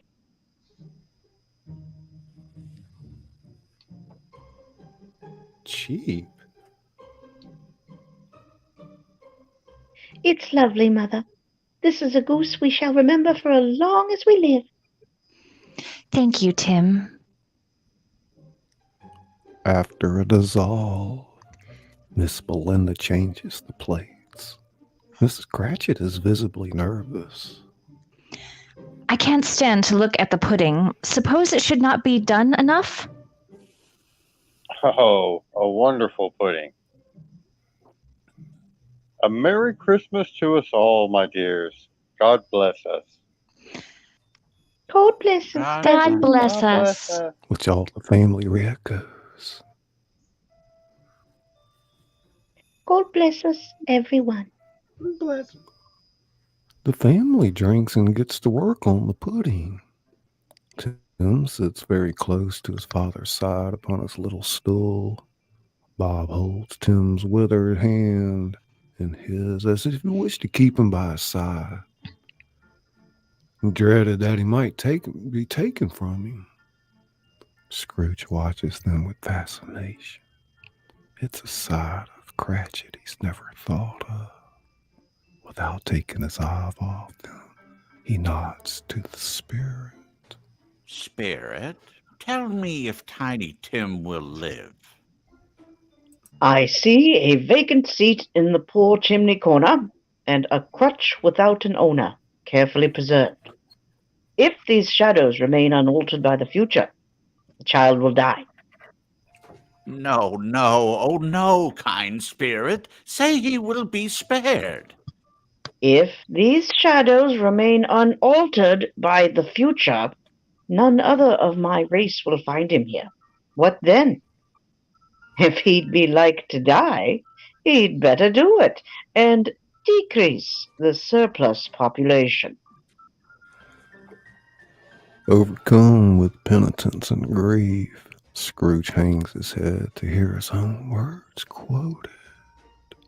Man, if you be man in heart, not adamant, forbear that wicked cant until you have discovered what the surplus is and where it is. Will you decide what men shall live, what men shall die? It may be that in the sight of heaven you are more worthless and less fit to live than millions like this poor man's child. Oh, God, to hear the insect on the leaf pronouncing on the too much life among his hungry brothers in the dust. Scrooge bends before the spirit's rebuke, and trembling cast his eyes upon the ground. Mr. Scrooge! Scrooge looks up, startled to hear someone call his name. Bob Cratchit holds a glass up to him, making a toast. I'll give you Mr. Scrooge, the founder of the feast. The founder of the feast, indeed. I wish I had him here. I'd give him a piece of my mind to feast upon, and I hope he'd have a good appetite for it. My dear, the children! Christmas Day! It should be Christmas Day, I am sure, on which one drinks the health of such an odious, stingy, hard, unfeeling man as Mr. Scrooge. You know he is, Robert. Nobody knows it better than you do, poor fellow. My dear, have some charity. It's Christmas Day. I'll drink to his health for your sake, and the day's, not for his. Long life to him, a Merry Christmas, and a Happy New Year. He'll be very merry and very happy, I have no doubt. Scrooge sees he is the ogre of the family. From now, toward the window where the evening sun sets, to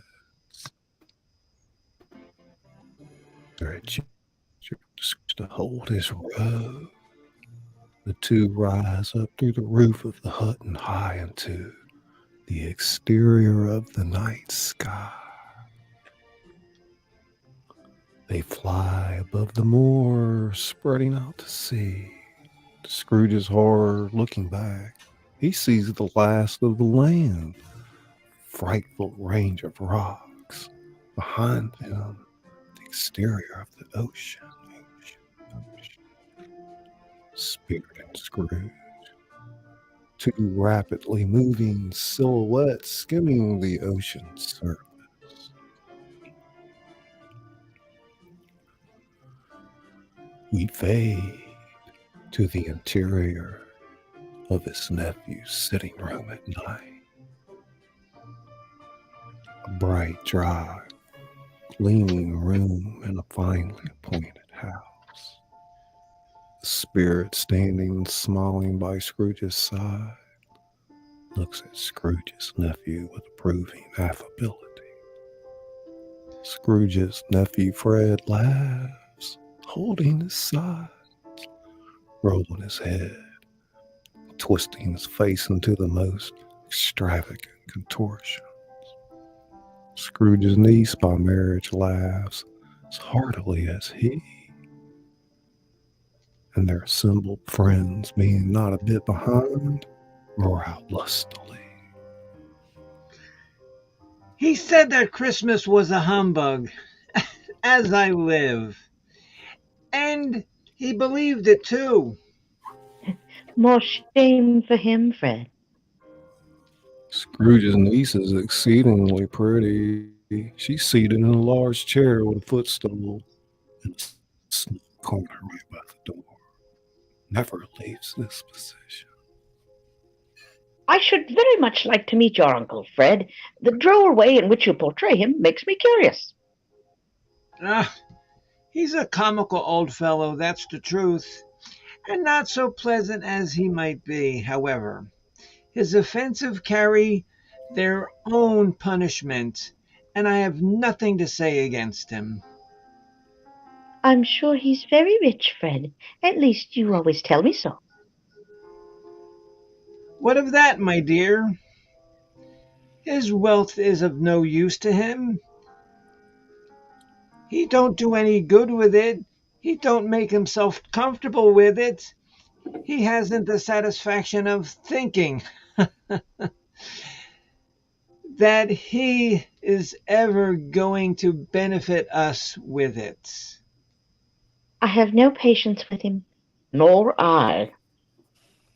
Sorry. Oh, I have. I am sorry for him. I couldn't be angry with him if I tried. Who suffers by his ill whims? Himself. Always. Here. He takes into his head to dislike us, and he won't come and dine with us. What's the consequence? He doesn't lose much of a dinner. Indeed, I think he loses a very good dinner. Really, Fred, I think you're being awfully charitable. Is that so? It may be because my mother, God rest her saintly soul, was very fond of him. I believe she loved him.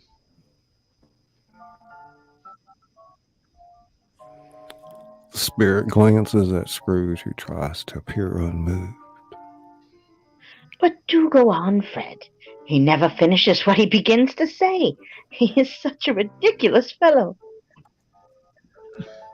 I was only going to say that the consequence of his dislike to us and not make merry with us is, as I think, that he loses some pleasant moments, which could do him no harm.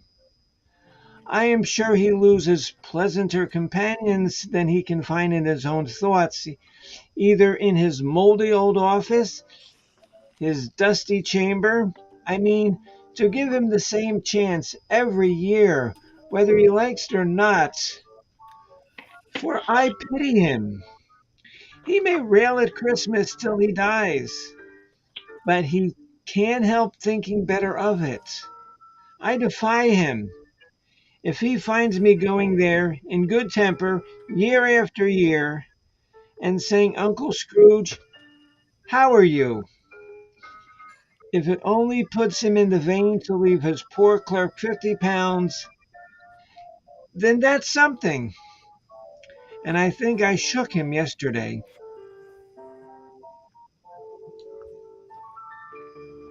Before Fred finishes, one of the female guests has begun to play a simple little tune upon the harp. The rhythm is infectious. Scrooge keeps time with his feet, enjoying himself in a quiet way. Spirit seems greatly pleased to find him in this mood. We dissolve.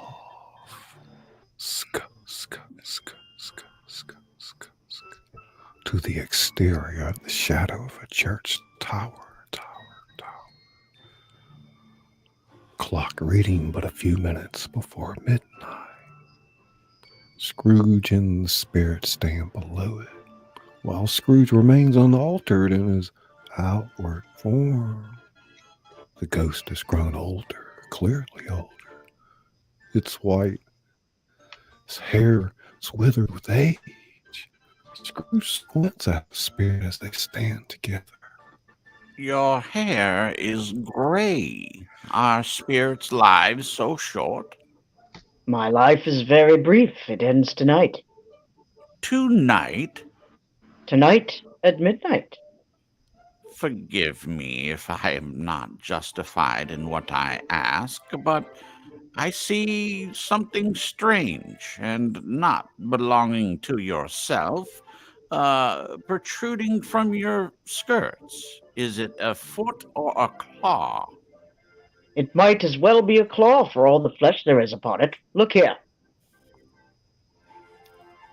From the foldings of its robe, it brings two children, wretched, abject, frightful, hideous, and miserable. They kneel down at its feet, clinging upon the outside of its coat. Oh, man, look here. Look. Look down here.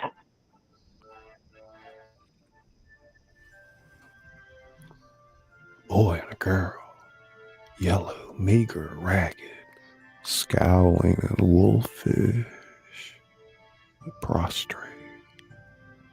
In their humility, where graceful youth should have filled their features out and touched them with its freshest tints, a stale and shriveled hand like that of age has pinched, twisted them, and pulled them into shreds. Spirit, are they yours? They are man's, and they cling to me, appealing from their fathers. This boy is ignorance. This girl is want.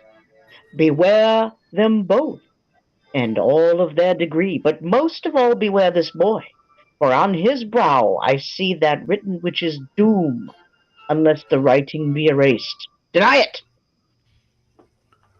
Spirit stretches out its hand towards the city. Slander those who tell it ye. Admit it for your factitious purposes, and make it worse, and bide the end. Have they no refuge or resource? Are there no prisons? Are there no workhouses? Scrooge winces at this. Church bell strikes 12. He looks about him. Spirit is gone. Another a solemn phantom, draped and hooded, comes like a mist along the ground towards him. Midnight, the last of the spirits. Phantom slowly, gravely, silently approaches. Scrooge bends down upon his knee, for in the very air through which this phantom moves, it seems to scatter gloom and mystery. Shrouded in a deep black garment, which conceals its head, its face, its form, leaves nothing of it visible save one outstretched hand. Am I in the presence of the ghost of Christmas yet to come? The phantom answers not, points onward towards us with its hand. You are about to show me the shadows of things that have not happened, but will happen in time before us. Is that so, Spirit? The upper portion of the garment contracts for an instant in its folds, as if the phantom had nodded his head. Ghost of the future, I fear you more than any specter I have seen, but as I know your purpose is to do me good, and as I hope to live to be another man from what I was, I am prepared to bear you company and do it with a thankful heart. Will you not speak to me? It gives him no reply. The hand points straight before them.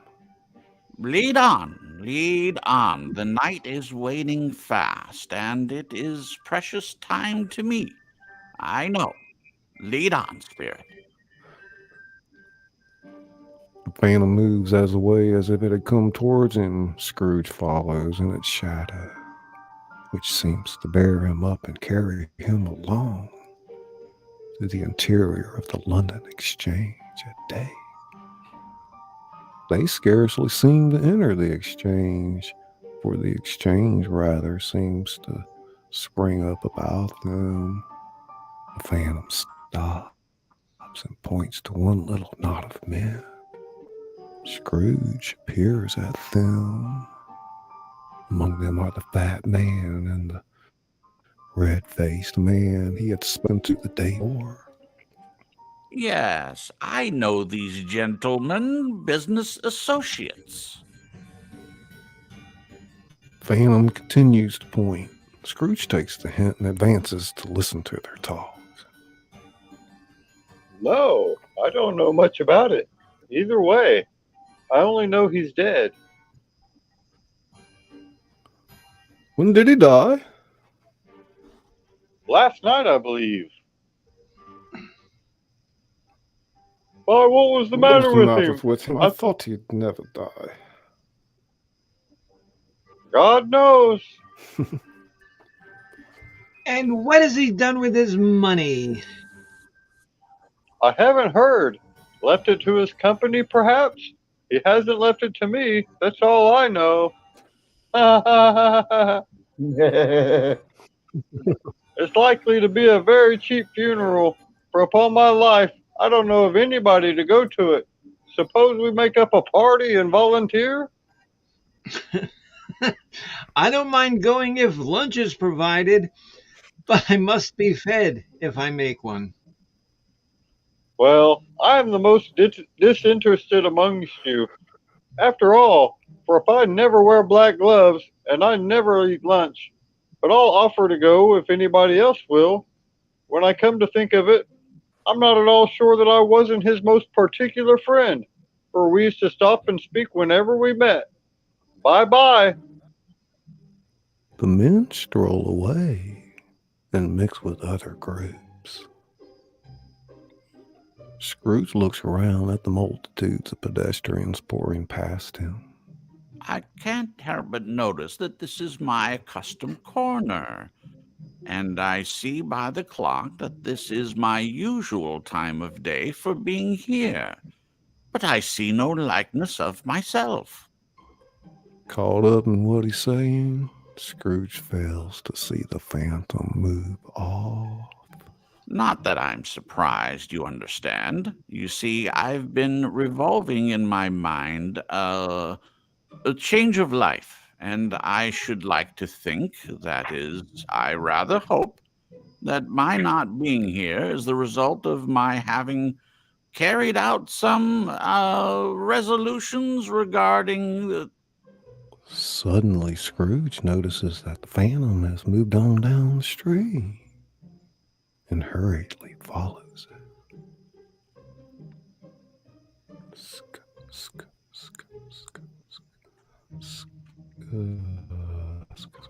Scrooge finds himself in a dark room, almost touching a bare, uncurtained bed.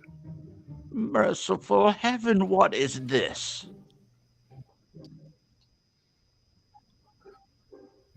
A pale light, rising in the outer air, falls straight upon the bed, and on it, plundered and bereft, unwatched, unwept, uncared for, is the body of a man. Scrooge glances toward the phantom. Steady hand points to the covered head. Scrooge hesitantly approaches the dead man and attempts to uncover its face, but he cannot bring himself to do it. His hand shakes, he backs away. Cat meows somewhere in the dark. Scrooge's face dripping with sweat turns to the phantom. Spirit, this is a fearful place. In leaving it, I shall not leave its lesson. Trust me. Let us go. Still, the phantom points with an unmoved finger to its head. I understand you, and I would look at this dead man's face if I could, but I have not the power, Spirit. I have not the power. The phantom seems to look upon him. If there is any person in the town who feels emotion caused by this man's death, show me that person to me. Spirit, I beseech you. The light that falls from above instantly flashes, momentarily blinding Scrooge. When his eyes clear, we're at the interior of Bob Cratchit's home at night. Mrs. Cratchit and the children sit around the fire, quiet, very quiet. The noisy little Cratchits are still as statues in one corner and sit looking up at Peter, who has a book before him. The mother and the daughter sew. Peter looks up to see Mrs. Cratchit lay her work upon the table and put her hand up to her face. Shall I stop reading? No. It's only the color. It hurts my eyes. Scrooge is puzzled by this. He peers intently at the group. Black is the color of the material in the woman's hands. Mrs. Cratchit regains her composure. There, better now again. It makes them weak by candlelight, and I wouldn't show weak eyes to your father when he comes home. For the world. It must be near his time. Past it, rather. But I think he has walked a bit slower than he used to these last few evenings, Mother. Peter shuts his Bible. They're very quiet again. Long pause, and then Mrs. Cratchit speaks in a steady, cheerful voice that only falters once. I have known him walk with Tiny Tim upon his shoulder, very fast indeed. So have I, often. But he was very light to carry, and his father loved him so that it was no trouble, no trouble. Noise stirs her. And there is your father at the door. Bob and his comforter comes in alone as the family greets him with his cup of tea in an unusually subdued fashion. Finally dawns on Scrooge what happened. Oh my God. The Phantom makes no move. Scrooge watches as the Cratchit family draws about the fire. Peter tries to read silently to himself. Girls and mother return to their sewing, and Bob sips his tea. I ran into Mr. Scrooge's nephew in the street today. He thought I looked just a little down, and he inquired as to what had happened to distress me, on which for he is pleasantly the spoken gentleman you ever heard. I told him, I am heartily sorry for it, Mr. Cratchit. He said, and heartily sorry for your good wife. By the by, how he ever knew that, I don't know. Knew what? Why, that you were a good wife.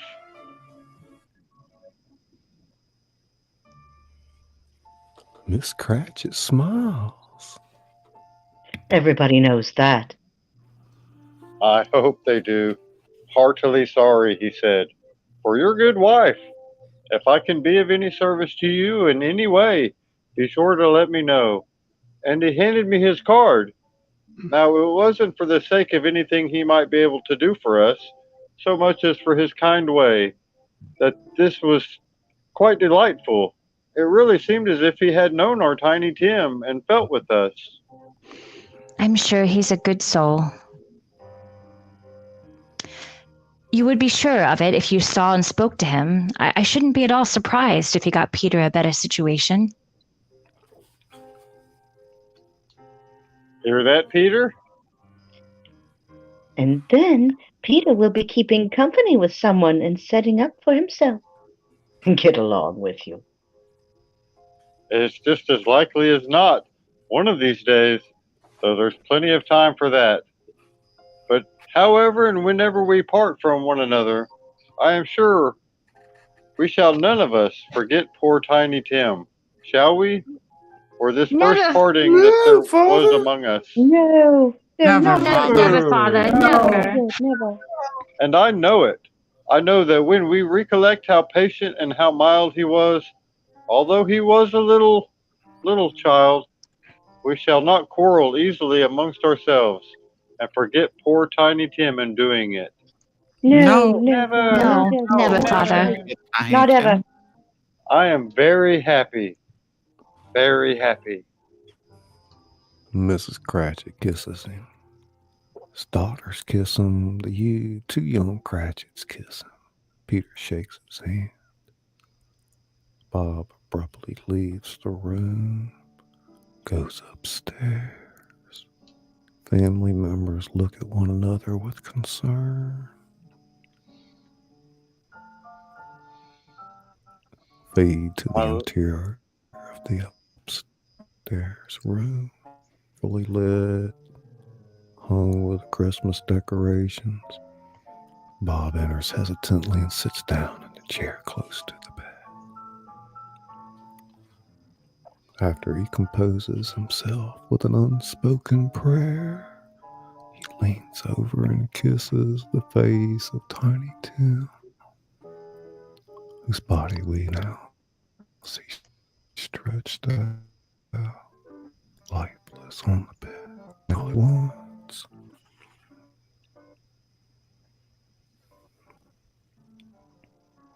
My little child.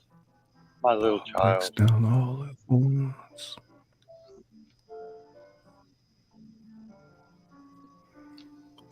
Scrooge watches grimly from the far side of the room. The Phantom stands beside him. Scrooge shuts his eyes.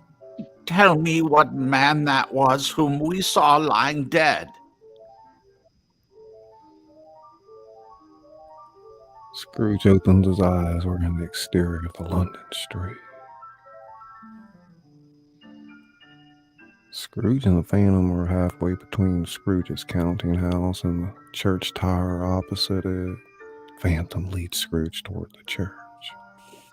Scrooge, seeing the counting house, grasps the Phantom's robes. Wait. That is where my place of occupation is, and has been for a length of time. Let me behold what I shall be in days to come. Phantom stops. Hand My- points elsewhere.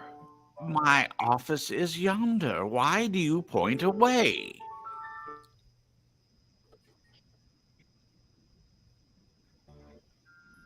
The inexorable finger undergoes no change. Just wait a moment, please.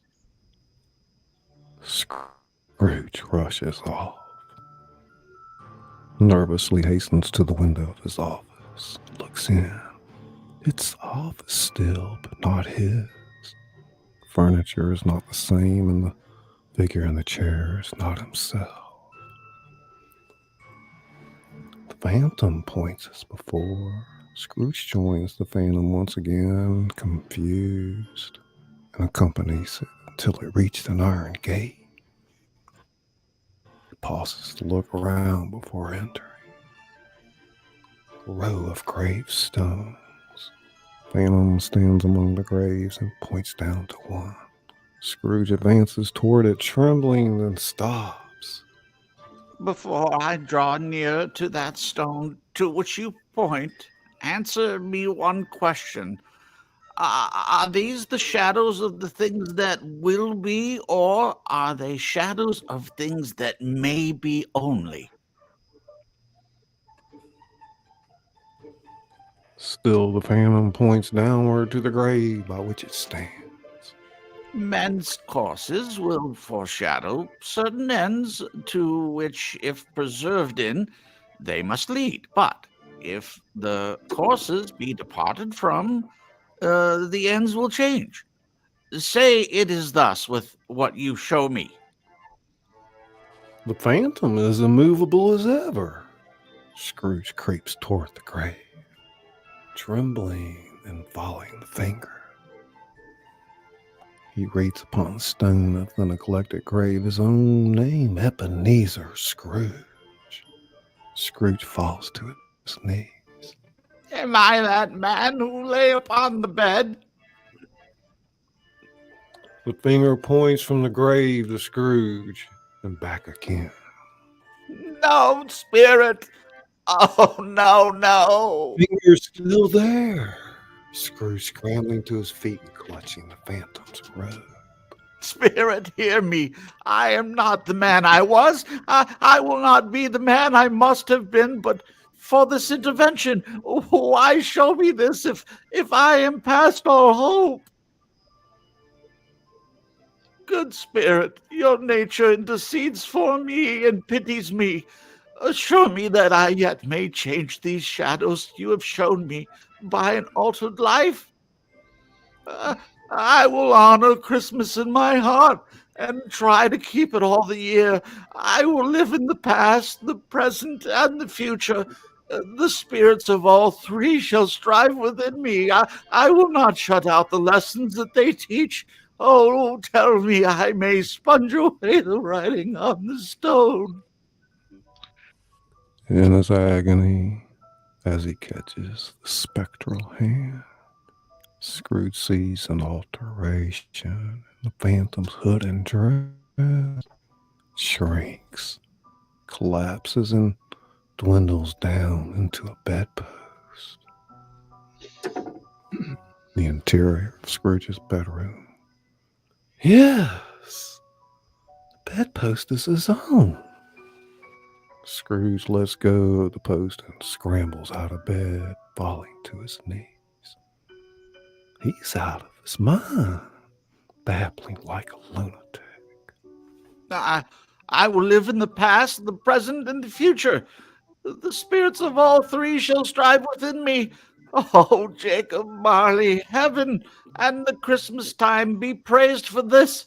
I say it on my knees, old Jacob, on my knees. Scrooge folds a bed curtain over his arm. They are not torn down. They're not torn down. Rings and all, they are here. I am here. The shadows of the things that would have been may be dispelled. They will be. I know they will. Scrooge stands there perfectly winded.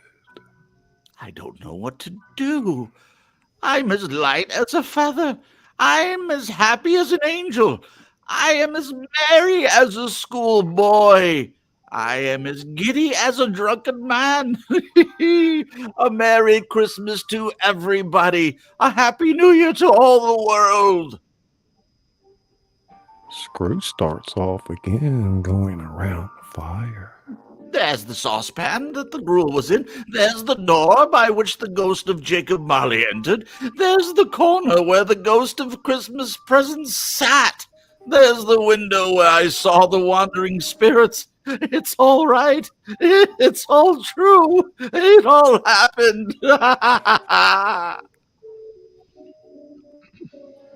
He pauses as the church bell rings out the hour. Scrooge starts babbling along with it.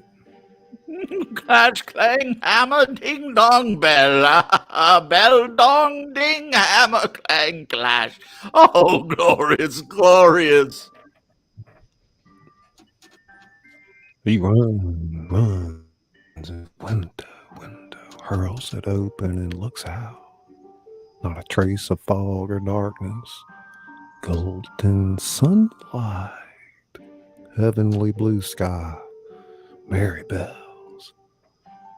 Not too many people on the street. Oh, glorious, glorious.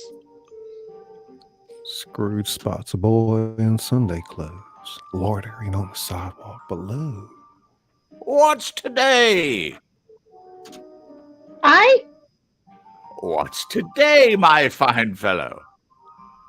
Today? Well, it's Christmas Day. It's Christmas Day. I haven't missed it. The spirits have done it all in one night. They can do anything they like. Of course they can. Of course they can. Hello, my fine fellow. Hello! Do you know the poulterers in the next street, but one at the corner? I should hope I did. Oh, an intelligent boy, a remarkable boy. Do you know whether they've sold the prize turkey that was hanging up there? Not the little prize turkey, the big one. What, the one as big as me? What a delightful boy. It's a pleasure to talk to him. Yes, my buck. It's hanging there now. Is it? Go and buy it. The boy stares in disbelief for a moment, then thumbs his nose at Scrooge in disgust. Walker. No, I am in earnest. Go and buy it and tell them to bring it here, that I may give them the directions where to take it. Come back with the man, and I'll give you a shilling. Come back with him in less than 5 minutes, and I'll give you half a crown. Boy takes off running down the street. I'll send it to Bob Cratchit. He shan't know who sends it. It's twice the size of Tiny Tim. Joe Miller never made such a joke as sending it to Bob's will be. Out in the street, Scrooge is dressed in his Sunday best. By this time, crowds pour forth, as he had seen them with the ghost of Christmas present. Walking with his hands behind him, Scrooge regards everyone with delighted smiles. Fading down to the exterior of the house at night. In a nice part of town, Scrooge paces uncertainly outside.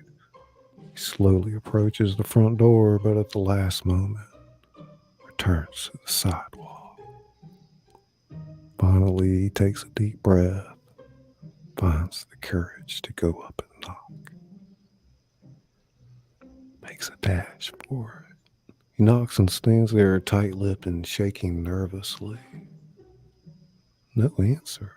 He begins to leave. Maid opens the door. Is your master at home, my dear? Yes, sir.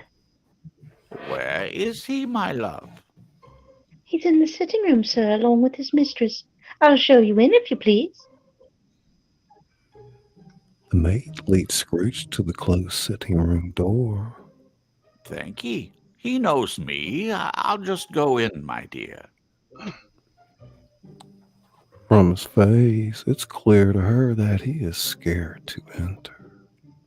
Taking a deep breath, he turns the doorknob gently and sidles his face in around the door. Scrooge sees his nephew Fred surrounded by his party guests, all laughing in long, hearty laughs, exactly as Scrooge had heard it with the spirit. He said that Christmas was a humbug, as I live. And he believed it too. Fred! Scrooge flings the door open and startles his niece, who is, as before, sitting in the chair in the corner right by the door. Scrooge is at once apologetic and turns to her. Oh, I'm so sorry. I forgot you were there. She doesn't know quite what to make of that. Scrooge's back is momentarily turned toward his nephew, who gazes on him in disbelief. Why, bless my soul.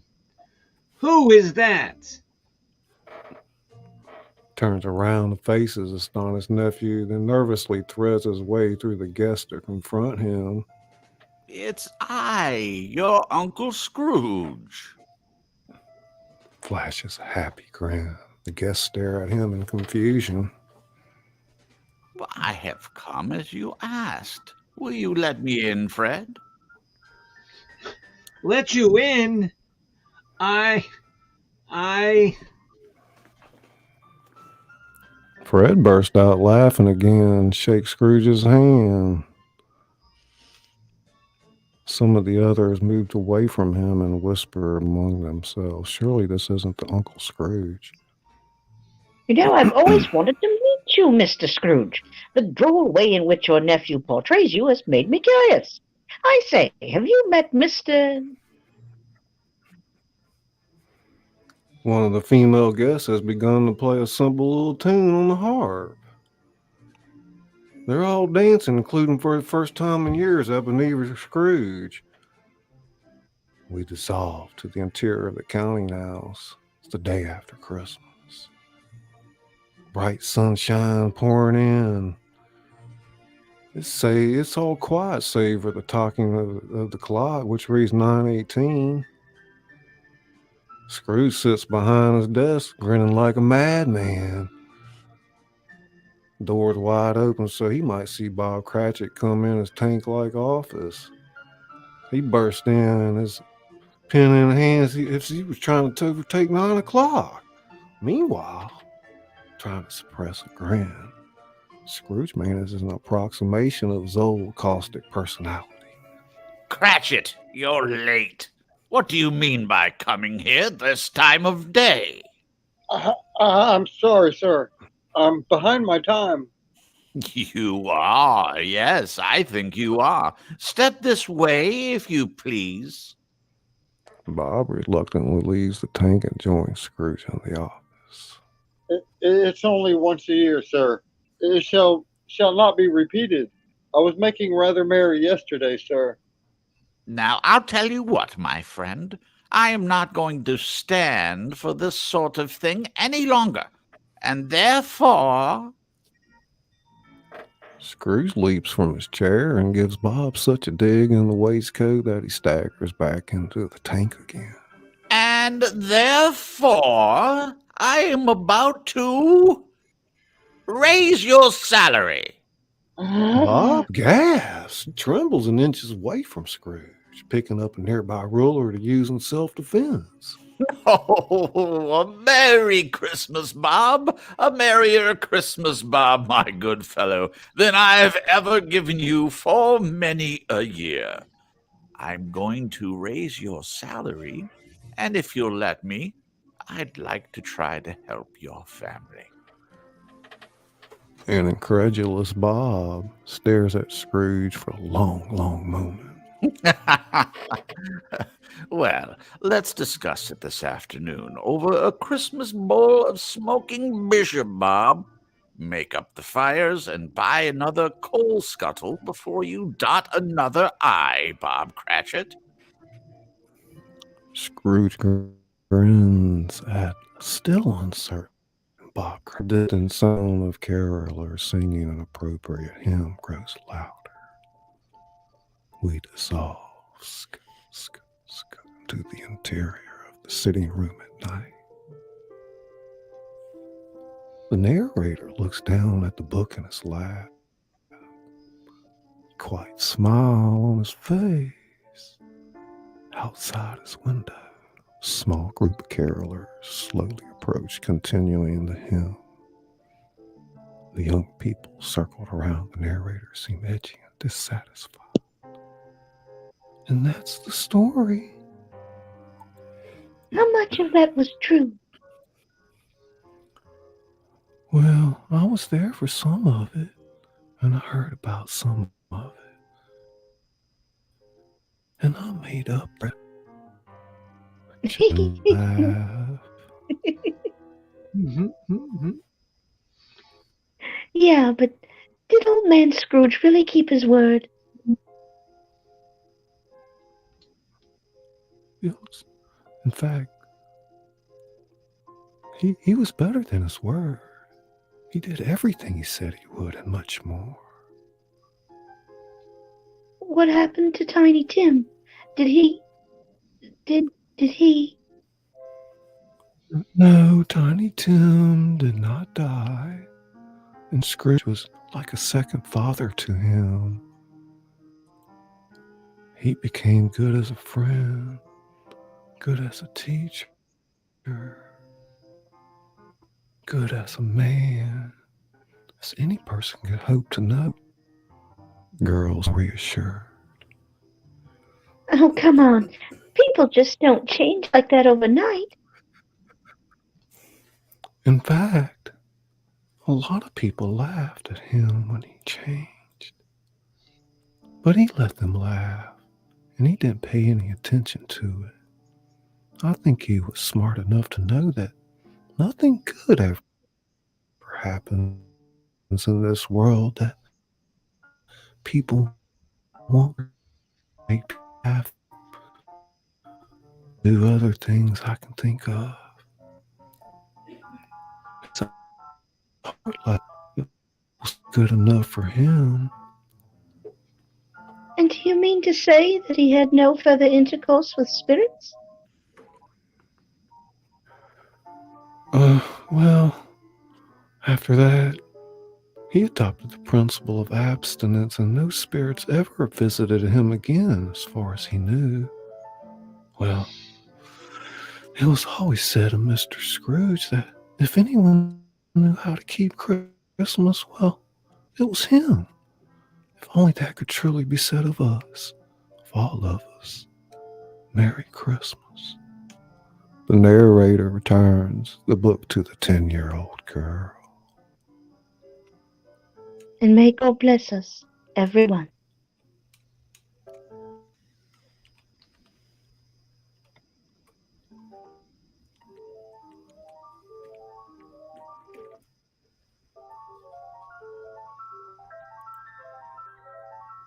Let's do that one more time. Well, it was said of Mr. Scrooge that if anyone knew how to keep Christmas, well, it was him. Only that could truly be said of us, of all of us. Merry Christmas. The narrator returns the book to the 10-year-old girl.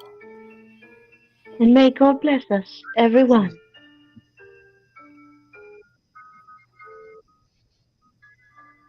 The end. Woo!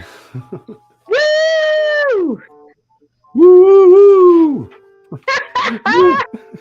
Oh, no, my shin was Live cramping theater, there ladies in the and last gentlemen. 5 minutes. That's Wow. what was going on with my face. My shin was cramping like it did that night. Yeah, thank you, everybody. That was awesome. Yay. Oh my gosh. Thank you, Went off everybody. really Stay in the well. chat, please. I'm getting everybody who's in the chat right now. That means you're eligible for the drawing for the Yes, Amazon yes, gift card definitely. from Okie and from a piece of art that you can choose yourself. So please hang in there. I'm writing stuff down. Well, I'll be back in a second Okay, because good it's deal. raining outside, and I'm gonna go out and find Misfit the Okay, cat. I'm gonna let Robin All right. come back in while you step out.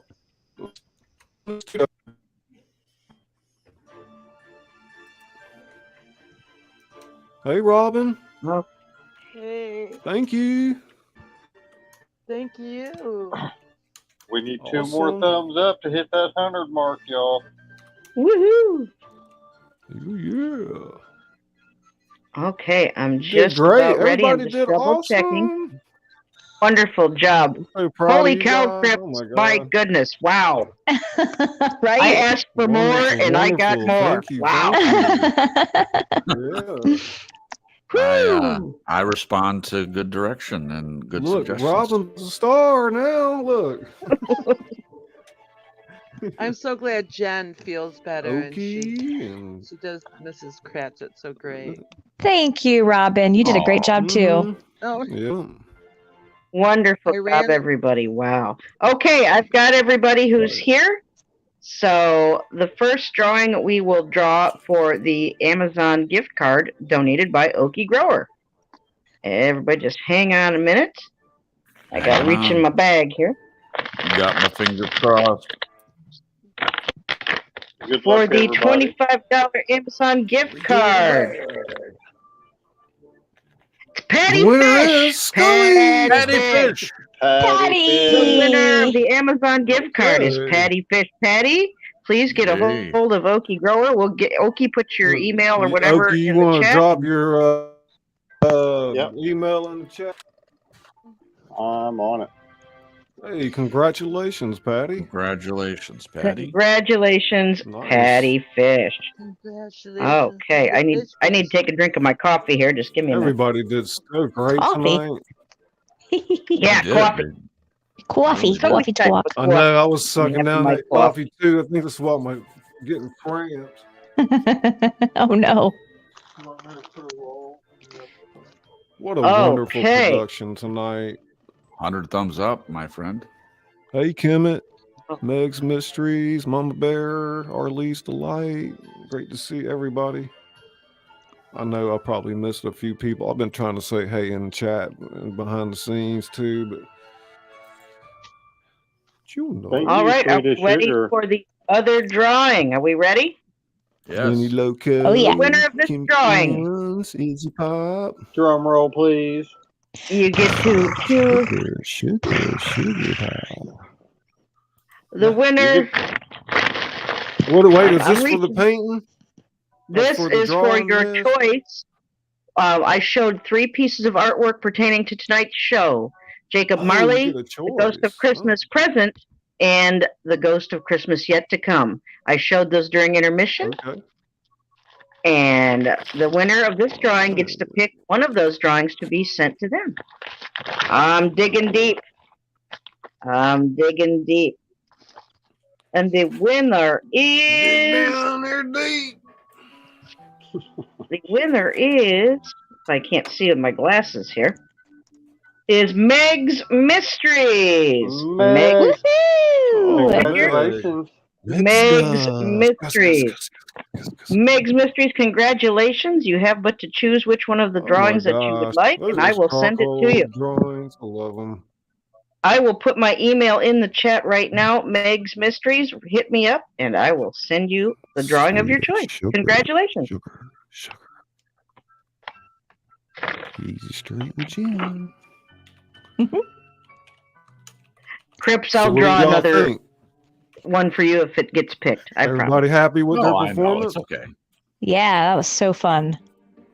Thanks for letting us participate, Scully. Thank you I so mean, much. It was phenomenal. It was by far the biggest show that I've done, and it was phenomenal. I don't have anything negative to say about anything. The chat was wonderful. Everybody coming out Chat tonight. We had on average about 50 people in concurrently. The moderators did good. Benny Loco, Sweet as Sugar, Kimmy Sweet as Kims, Sugar. Izzy Pop, Crushing it, dropping the links. Studio 54. dropping those links.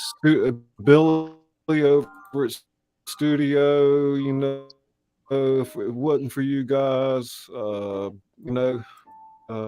just thank you so much for allowing us to narrate. I know I didn't get to say to everybody, but it was just fabulous. And then we're going to do more of these. We'll have Peter Pan and Trains, Planes, and Automobiles. Woo! Everybody make sure you pay attention when we audition. If you have any requests. Planes, trains, and automobiles you're doing? Yes, I request that for next Thanksgiving. Yeah, I want to read Like that screen. mines. Nez's Like idea, mines. so. Okay. I'm still going to keep throwing the outsiders in there. Scotty Don't B. All take right. it. Hey, Earth Let us Angel. stay golden, Pony Boy. Rita Scott. The Outsiders. Okay, yeah, right. To put that on the list. Yeah, we're going to have an after party over at Nez's here in just a short time.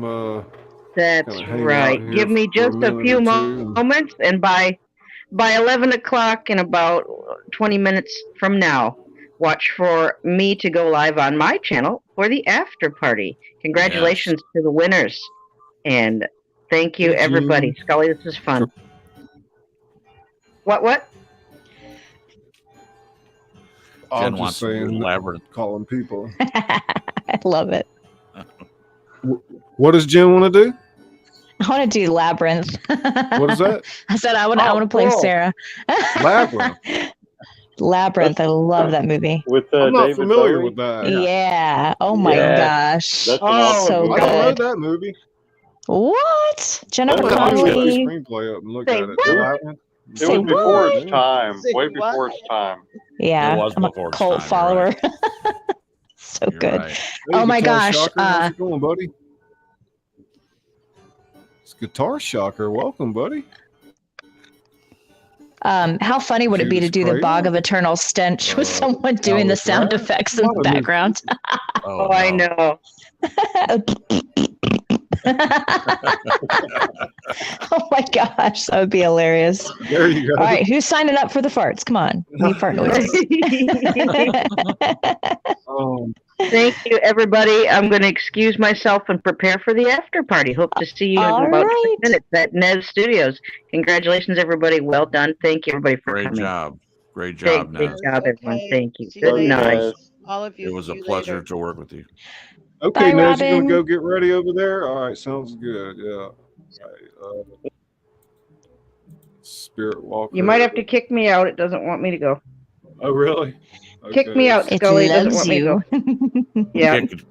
Kick Nez out, Scully. Keeper. Yeah. Hey, barely human. Appreciate Is everybody Pat still coming. out there? Pat Lynn? Yes, definitely. Thank you, everybody, including the cast and the audience. I couldn't ask for a better show. No, a lot We of did support put a lot in of the work chat. into it. We rehearsed for weeks, and it all came together like a charm. I feel like. Yeah. It was crazy. I mean, the odds were against us, but Okie, you did great, man. You came right in on cue. Didn't have to say, "Hey, Okie," nothing. Like bam. Man, I had like a Jason, horse in my man. throat. I know. have I it was about to muted. lose my voice. I'd have it muted, and I'd unmute and have a speaking part. I'd start talking, and my throat. I'd have to clear my throat. I'll get there. Let me clear my throat. Man, I'm sorry, Bimbo. I had Bimbo sitting in the backstage listening to us, and Dang. she wasn't able to say nothing. Oh no, that's fine. That's fine. I had Bimbo to go did an awesome job. I forgot what I was going to say. Oh, and I don't know if you guys noticed, But the reason why I did the Ghost of Christmas Past with like changing accents and Kind of had a German accent, huh? A Man, little bit of Spanish. German. Oh, little because, pirate. It was cool. okay, because if you read, the description that the narrator gives about the Ghost of Christmas Past, how it morphs into like all different things. So I figured that I could like make my voice morph into like different, tones and accents and Oh, inflections. okay. Yeah. That's a really cool way of looking at a story like that. Gosh. I guess That that's sounded why it great. stood the test of time, you know? Wow. Yup. Aw. No, kitty. Kitty, kitty. So Meg won the drawing, and who was the other one? Patty Fish got the gift Patty? certificate. That's Patty nice. Fish and Meg Oh, Mysteries. good. Oh, well, All right. congratulations, guys. Hey, copy that, Mama Bear, cat, Kimmykins, you be Earth careful on my pole, Angel. please. We don't want you hurting yourself. The overlays were wonderful. The acting was wonderful. The music was great. Music, yep. Lined up beautifully Yeah, with every evidently, scene, which is whatever I did crazy. to my computer worked. I was so worried it was going to be buffering like it did during rehearsals, but I got an Ethernet cable, like 75-foot Ethernet cable, and I got my computer updated, so it looks like it worked. Yeah. Oh, I'm so happy about that. Oh, thank you, Kimmy. Yeah, because I know that you were worried about that, Scully, about your Ethernet cable. Yeah, I know. It was barely getting here in time. It just got here yesterday, and Oh, jeez. sometimes the shipping and products are they're just behind right now. Sugar pie. Thank Honey you. bunch. That's my sweetest sugar. You know I love you. Good stuff. If you want, I'll bring out my guitar and I'll play the song. You Oh, ain't yes, do it, jamming do it it. yet. Really? No. I wonder if No, there's another guest out here that I'd like to maybe play a song if they're up for it. It's his name is called Guitar Shocker. I mean, yeah, I'd like for him to come up and play a little song if he wants to. Let's drop the link in chat, and I'll let him decide if he wants to come up. I mean, because I'm not going to Just now drag figuring all this stuff out, my guitar like how this works. I'm not going to bring all my equipment in here. Not I at mean, 11 if o'clock. But I if don't you're know how to scared do jam- music and stuff like that. He might not be here still, but if he is, he's more than welcome to come up. I'd love to hear him play. I missed him last time in chat, and I felt terrible about it. It's just always hard to catch everybody. Did that link go Yeah. in? Scully, you need to stream more often. Get these watch hours up. Well, I'm planning. I've just got like 200 more hours to get, and then whatever. I'm gonna start streaming about 3 days a week because I've been talking with some people about like where the channel of the direction it needs to take, and we need to do more streams. So it's gonna be fun in 2023 for a lot of you guys. It's like interesting to see what happens. Really, collaboration is the name of the game. That's the best way to grow, and of course, narrowing down your target audience as well, so you can tell the algorithm what needs to happen. Did Bill play a song too?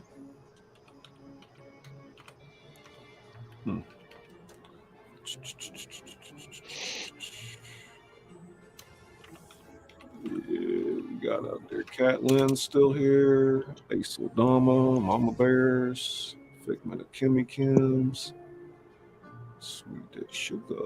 I know Benny Loco's out there. Casper Northerner, awesome. Y'all go check out Dr. Sleep too. Like he's got an awesome channel, man. I never get to hear the end of the stories because I fall asleep, but That's kind of the point. That's the point, right? Exactly. Yeah. Well, if you fall asleep, you can listen to the rest of the next night. Before you actually pass out. You can take like 3 weeks to listen to a 30-minute video if you want. And you can always. You just would have to know some what people time may you fell not asleep. know. Like some people may not know, if you're going to sit down when you go to bed and listen to me or Dr. Sleep, just put the video on loop so it'll play all night long. We'll get hours for it. That's true. You can just set the phone off the side on the thing and throw the earbuds out. It'll still be playing. That's one way to support the channel. For anybody. Like that's a great point. Channel. Oh, that's a good idea. I never thought of that. Yeah, it doesn't hurt anything. So no. Nope. Hey, Nikki. We'll give it about 5 minutes, see if anybody shows up here. All right. We'll let Bimbo play a song. And I was hoping Kimmikins would show us one of the exercise poles. Yeah, come on up, Kimmy. I always like twisting her arm a little bit. She's going to come up here one day. Kimmy's going to get her channel going before too long. There's A-Jot. Hey, A-Jot, Scott. Oh, this week, I think you mentioned on the rehearsal, but I just want to let people know, if you don't mind, Scully, that I'm gonna do the reading of A Christmas Carol. I wanted to wait until after this performance was done, so it didn't seem like I was. You're gonna read the book? Yeah, the actual story. You're gonna do the book, not the screenplay? The book. Oh, great. The book, not the play. The book. Yeah. But yeah, make sure to put your link in the chat there so everybody can go over to your channel. I kept all the cast members as a mod, and the other mods that I kept are just basically people that are here every stream. Nothing against anybody else. I just have to kind of restructure a few things, and as we move forward into the new year, I feel like most channels use moderation as more of a way for people to look at each other's channels, and it kind of defeats the purpose. I mean, seriously, y'all, if you go to large channels with 100,000 subscribers or more, there's maybe 2 or 3 moderators in there. Anyway, I think YouTube has to do something about that. Thank you to everyone that's been posting the links for people that were in the program tonight. I really appreciate it. Yeah, so helpful to have somebody do that, because there's always something they kind of mess up with those night bots. Yeah, I like an actual human that does it. So, thank you again, Scully, for letting me do this. It's such a pleasure, and this will be the second one that I've done with you. The Jaws. Hey, I guarantee you, after that performance, you're going to have a lot more subscribers. So. I know everybody here tonight is going to go to your channel. That's like at least 50 people right there, So I'll buy you dinner. I mean, everybody. I put all y'all's links in the description if anybody needs to look. So I tell you what, and this is live on the air. Okie and Bimbo's links down there, and I'll tell you what, Scully. If I get 50 subscribers that came from your channel, I'll buy you dinner. How about that? I want everybody to go over there and subscribe to Dr. Sleep, all right? He's like, dinner? All right, guys. Dinner, yeah. All right, come on, everybody. I know right where to go. Yeah. Scully, where are you out of? Which state are you in? I'm down here on the Mississippi Gulf Coast. Nice. Places to eat down here. Nice. Oh, yeah. Some crawdads. Got New Orleans is 1 hour away from here, so nice. Man. We could always meet in New Orleans or even down here on the coast, So just mail me a boudin ball. Oh, I love some boudin, man. You got to go down to Kenna and get some of it. They got a guy down to Kenna. Down in Kenna, Louisiana. Kenna, Louisiana. You go down to the boucherie where they slaughter the hog. A little bacon and putty cream.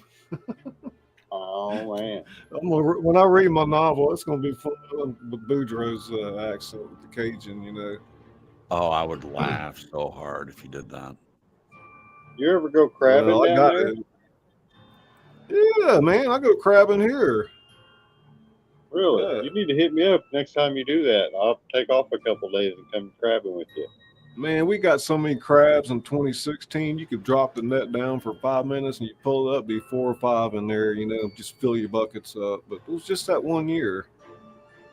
Huh. Weird. Oh, I love fishing. I'm a trout slayer out there, but I haven't been in a while. Yeah, that's me. Did Love me some rainbows. Bimbo, did she leave? I thought she was going to play a song. Huh. Bimbo, are you coming back, or are you going to meet us over at Nez's? I thought she said she was going to play a song, but I don't have her in the chat here in the stream anymore. Anyway, I guess maybe Guitar Shocker had to go. Hey, Scully? Scully? Yes, sir. Oh, yeah, sorry. I just wanted to thank you again for letting me be a part of this, and thank the chat for all their support. You have some really, really great subs and really, really awesome people, and I appreciate all those that subbed on the channel. And I have to take off. We ordered a pizza. Okay. Well, hopefully we'll see you over at Nez's in a little bit. Just say hey, Yeah. I'm gonna at least stop in, but Jen and I haven't had dinner yet. We wanted to wait till after, so we weren't all, or at least I wasn't all. Thank you so much. I think everybody it was a great performance. I couldn't ask for more. So yeah, great job, guys. Give him a big hand. Scully. We'll see y'all over at Nez's. All right. See you guys soon. Night, everyone. Bye. All right. An Okie grower. All right, Okie. And there was one. Yeah, thank you so much, everybody, for making time to come out to the show. It means so much to us. And we all love the written word. We love to narrate for you, to entertain, and brain tingles. Benny Loco tingles.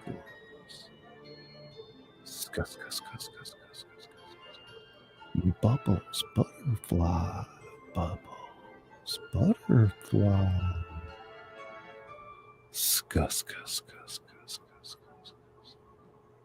Catlin. It's Issy Ska. Kiki Kimmy Kids. Labroska. God, it's so much fun tonight. Scotty B. Bimbo Barbarella.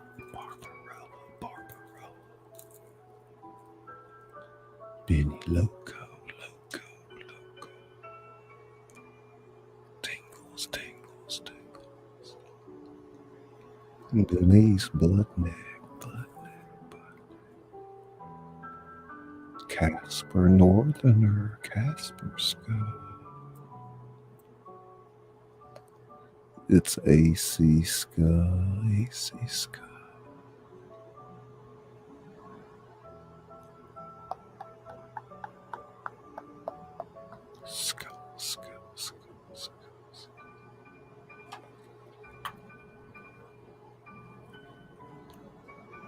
Benny Loco, I see the light. Tingle light.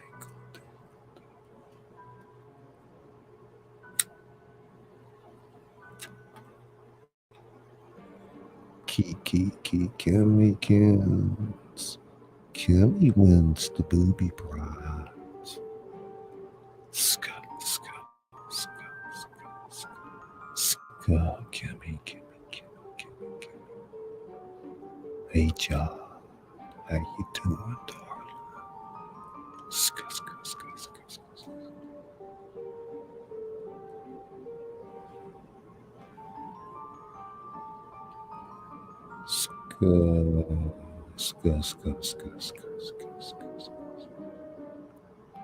Tingle.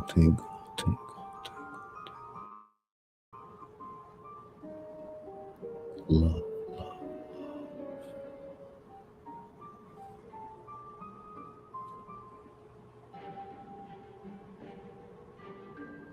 Okie Crow 75.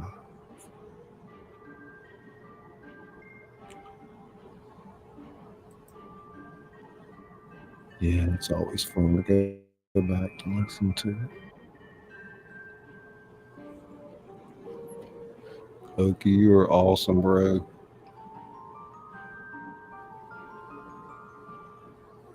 Easy Street with a Jen.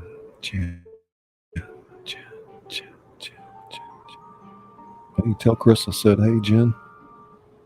Hope y'all had a good vacation. And get back to the grind. Putting out some good videos. Denise Butnick. Denise Ska Denise. Ska.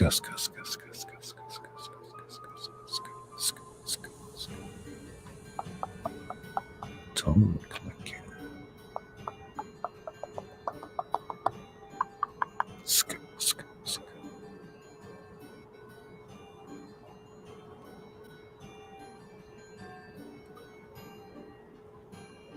All right, y'all take a little break and meet us over at Nez's stream, Nez Lover. Link in the description there. Somebody's, excuse me, more than welcome to drop that link in there if you want to. Anyway, I'm going to go try to rehydrate for a minute, and I'll see y'all over there. Oh. Ska. One more tinkle. One more tinkle. It's good, bubbles. Jen.